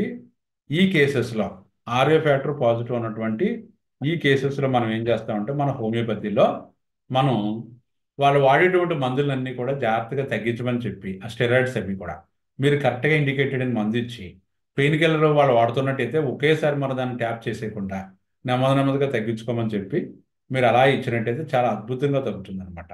అందువల్ల వీటి గురించి మనం డీటెయిల్డ్గా ఒక్కొక్క దాని గురించి ఒక క్లాస్లో చెప్పుకుందాం మనం.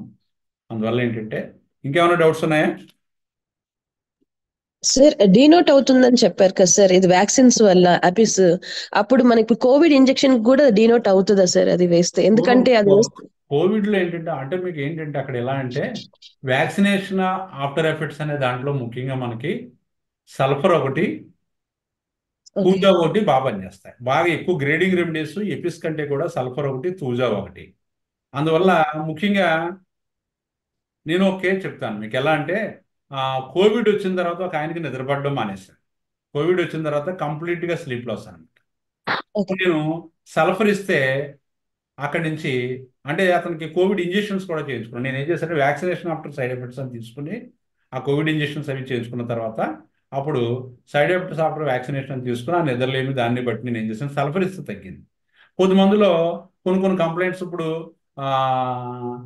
ఉదాహరణకి ఒక అమ్మాయికి కోవిడ్ వచ్చిన తర్వాత మెన్సెస్, మా అమ్మాయి చేసింది ఈ కేసు. మా అమ్మాయి సెకండ్ ఇయర్ ఏదో చదువుతుంది, ఒకసారి కూడా తీసుకెళ్తే ఆ అమ్మాయి చేసింది. ఎలా అంటే థర్డ్ ఇయర్ చదువుతున్నా. దాంట్లో ఒక అమ్మాయికి ఏమైందంటే నేను చూశాను, నేను చాలా ఇంప్రెస్ కూడా అయ్యా నాకు ఇది చూసి. ఆ అమ్మాయికి పీరియడ్స్ లేట్ అయిపోయాయి. 3 నెలలైనా 4 నెలలైనా మెన్సెస్ రావట్లేదు. తర్వాత ఓవర్ బ్లీడింగ్ వచ్చినప్పుడల్లా ఓవర్ బ్లీడింగ్. ఎప్పటి నుంచి అంటే నాకు ఈ కోవిడ్ వ్యాక్సినేషన్ చేయించుకున్నా కానీ she is not affected with the Covid, but the complaint started after the Covid vaccination.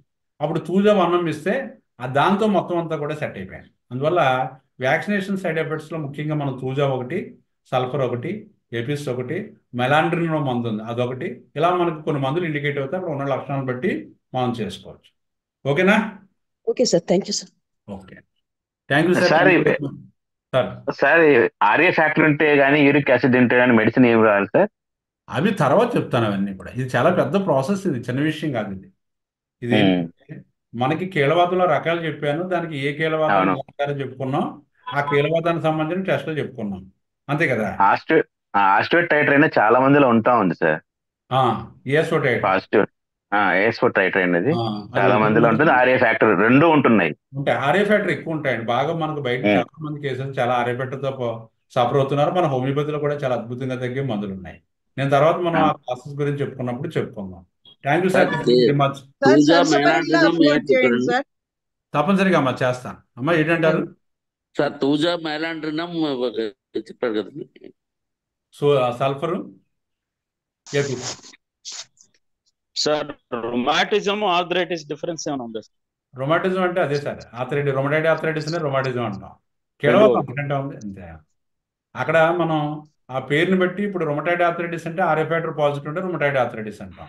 అలాగే HLA-B27 పాజిటివ్ అన్నట్టయితే యాంక్లైజింగ్ స్పాండిలైటిస్ అంటాం. యాంక్లైజింగ్ స్పాండిలైటిస్ అనేది ఆర్థరైటిస్ కంటే గట్టిగా ఉంటుంది కేసు. దీంట్లో మొత్తం అన్ని జాయింట్స్ పట్టేసి చాలా పెయిన్స్ వచ్చేస్తూ ఉంటాయి. యూరిక్ యాసిడ్ ఏమంటామంటే గౌట్ ఆర్థరైటిస్ అంటాం. అలాగే ఏఎస్ఓ టైటర్ పాజిటివ్ ఉన్నట్టయితే దాన్ని ఏమంటామంటే మామూలుగా దీన్ని రొమాటిక్ ఫీవర్ అంటాం. ఏమంటాం మనం? దీనికి ఒక పేరు ఉంది, RHU రొమాటిక్ ఫీవర్ అంటాం. ఇది ఏఎస్ఓ టైటర్ పాజిటివ్ ఉన్నట్టయితే. Okay sir, thank you very much.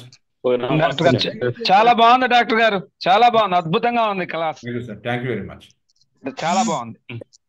Thanks అండి, నమస్తే. మంచిదమ్మా. Thank you sir. Thank you sir.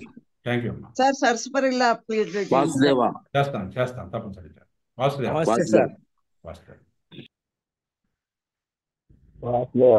Vasudeva.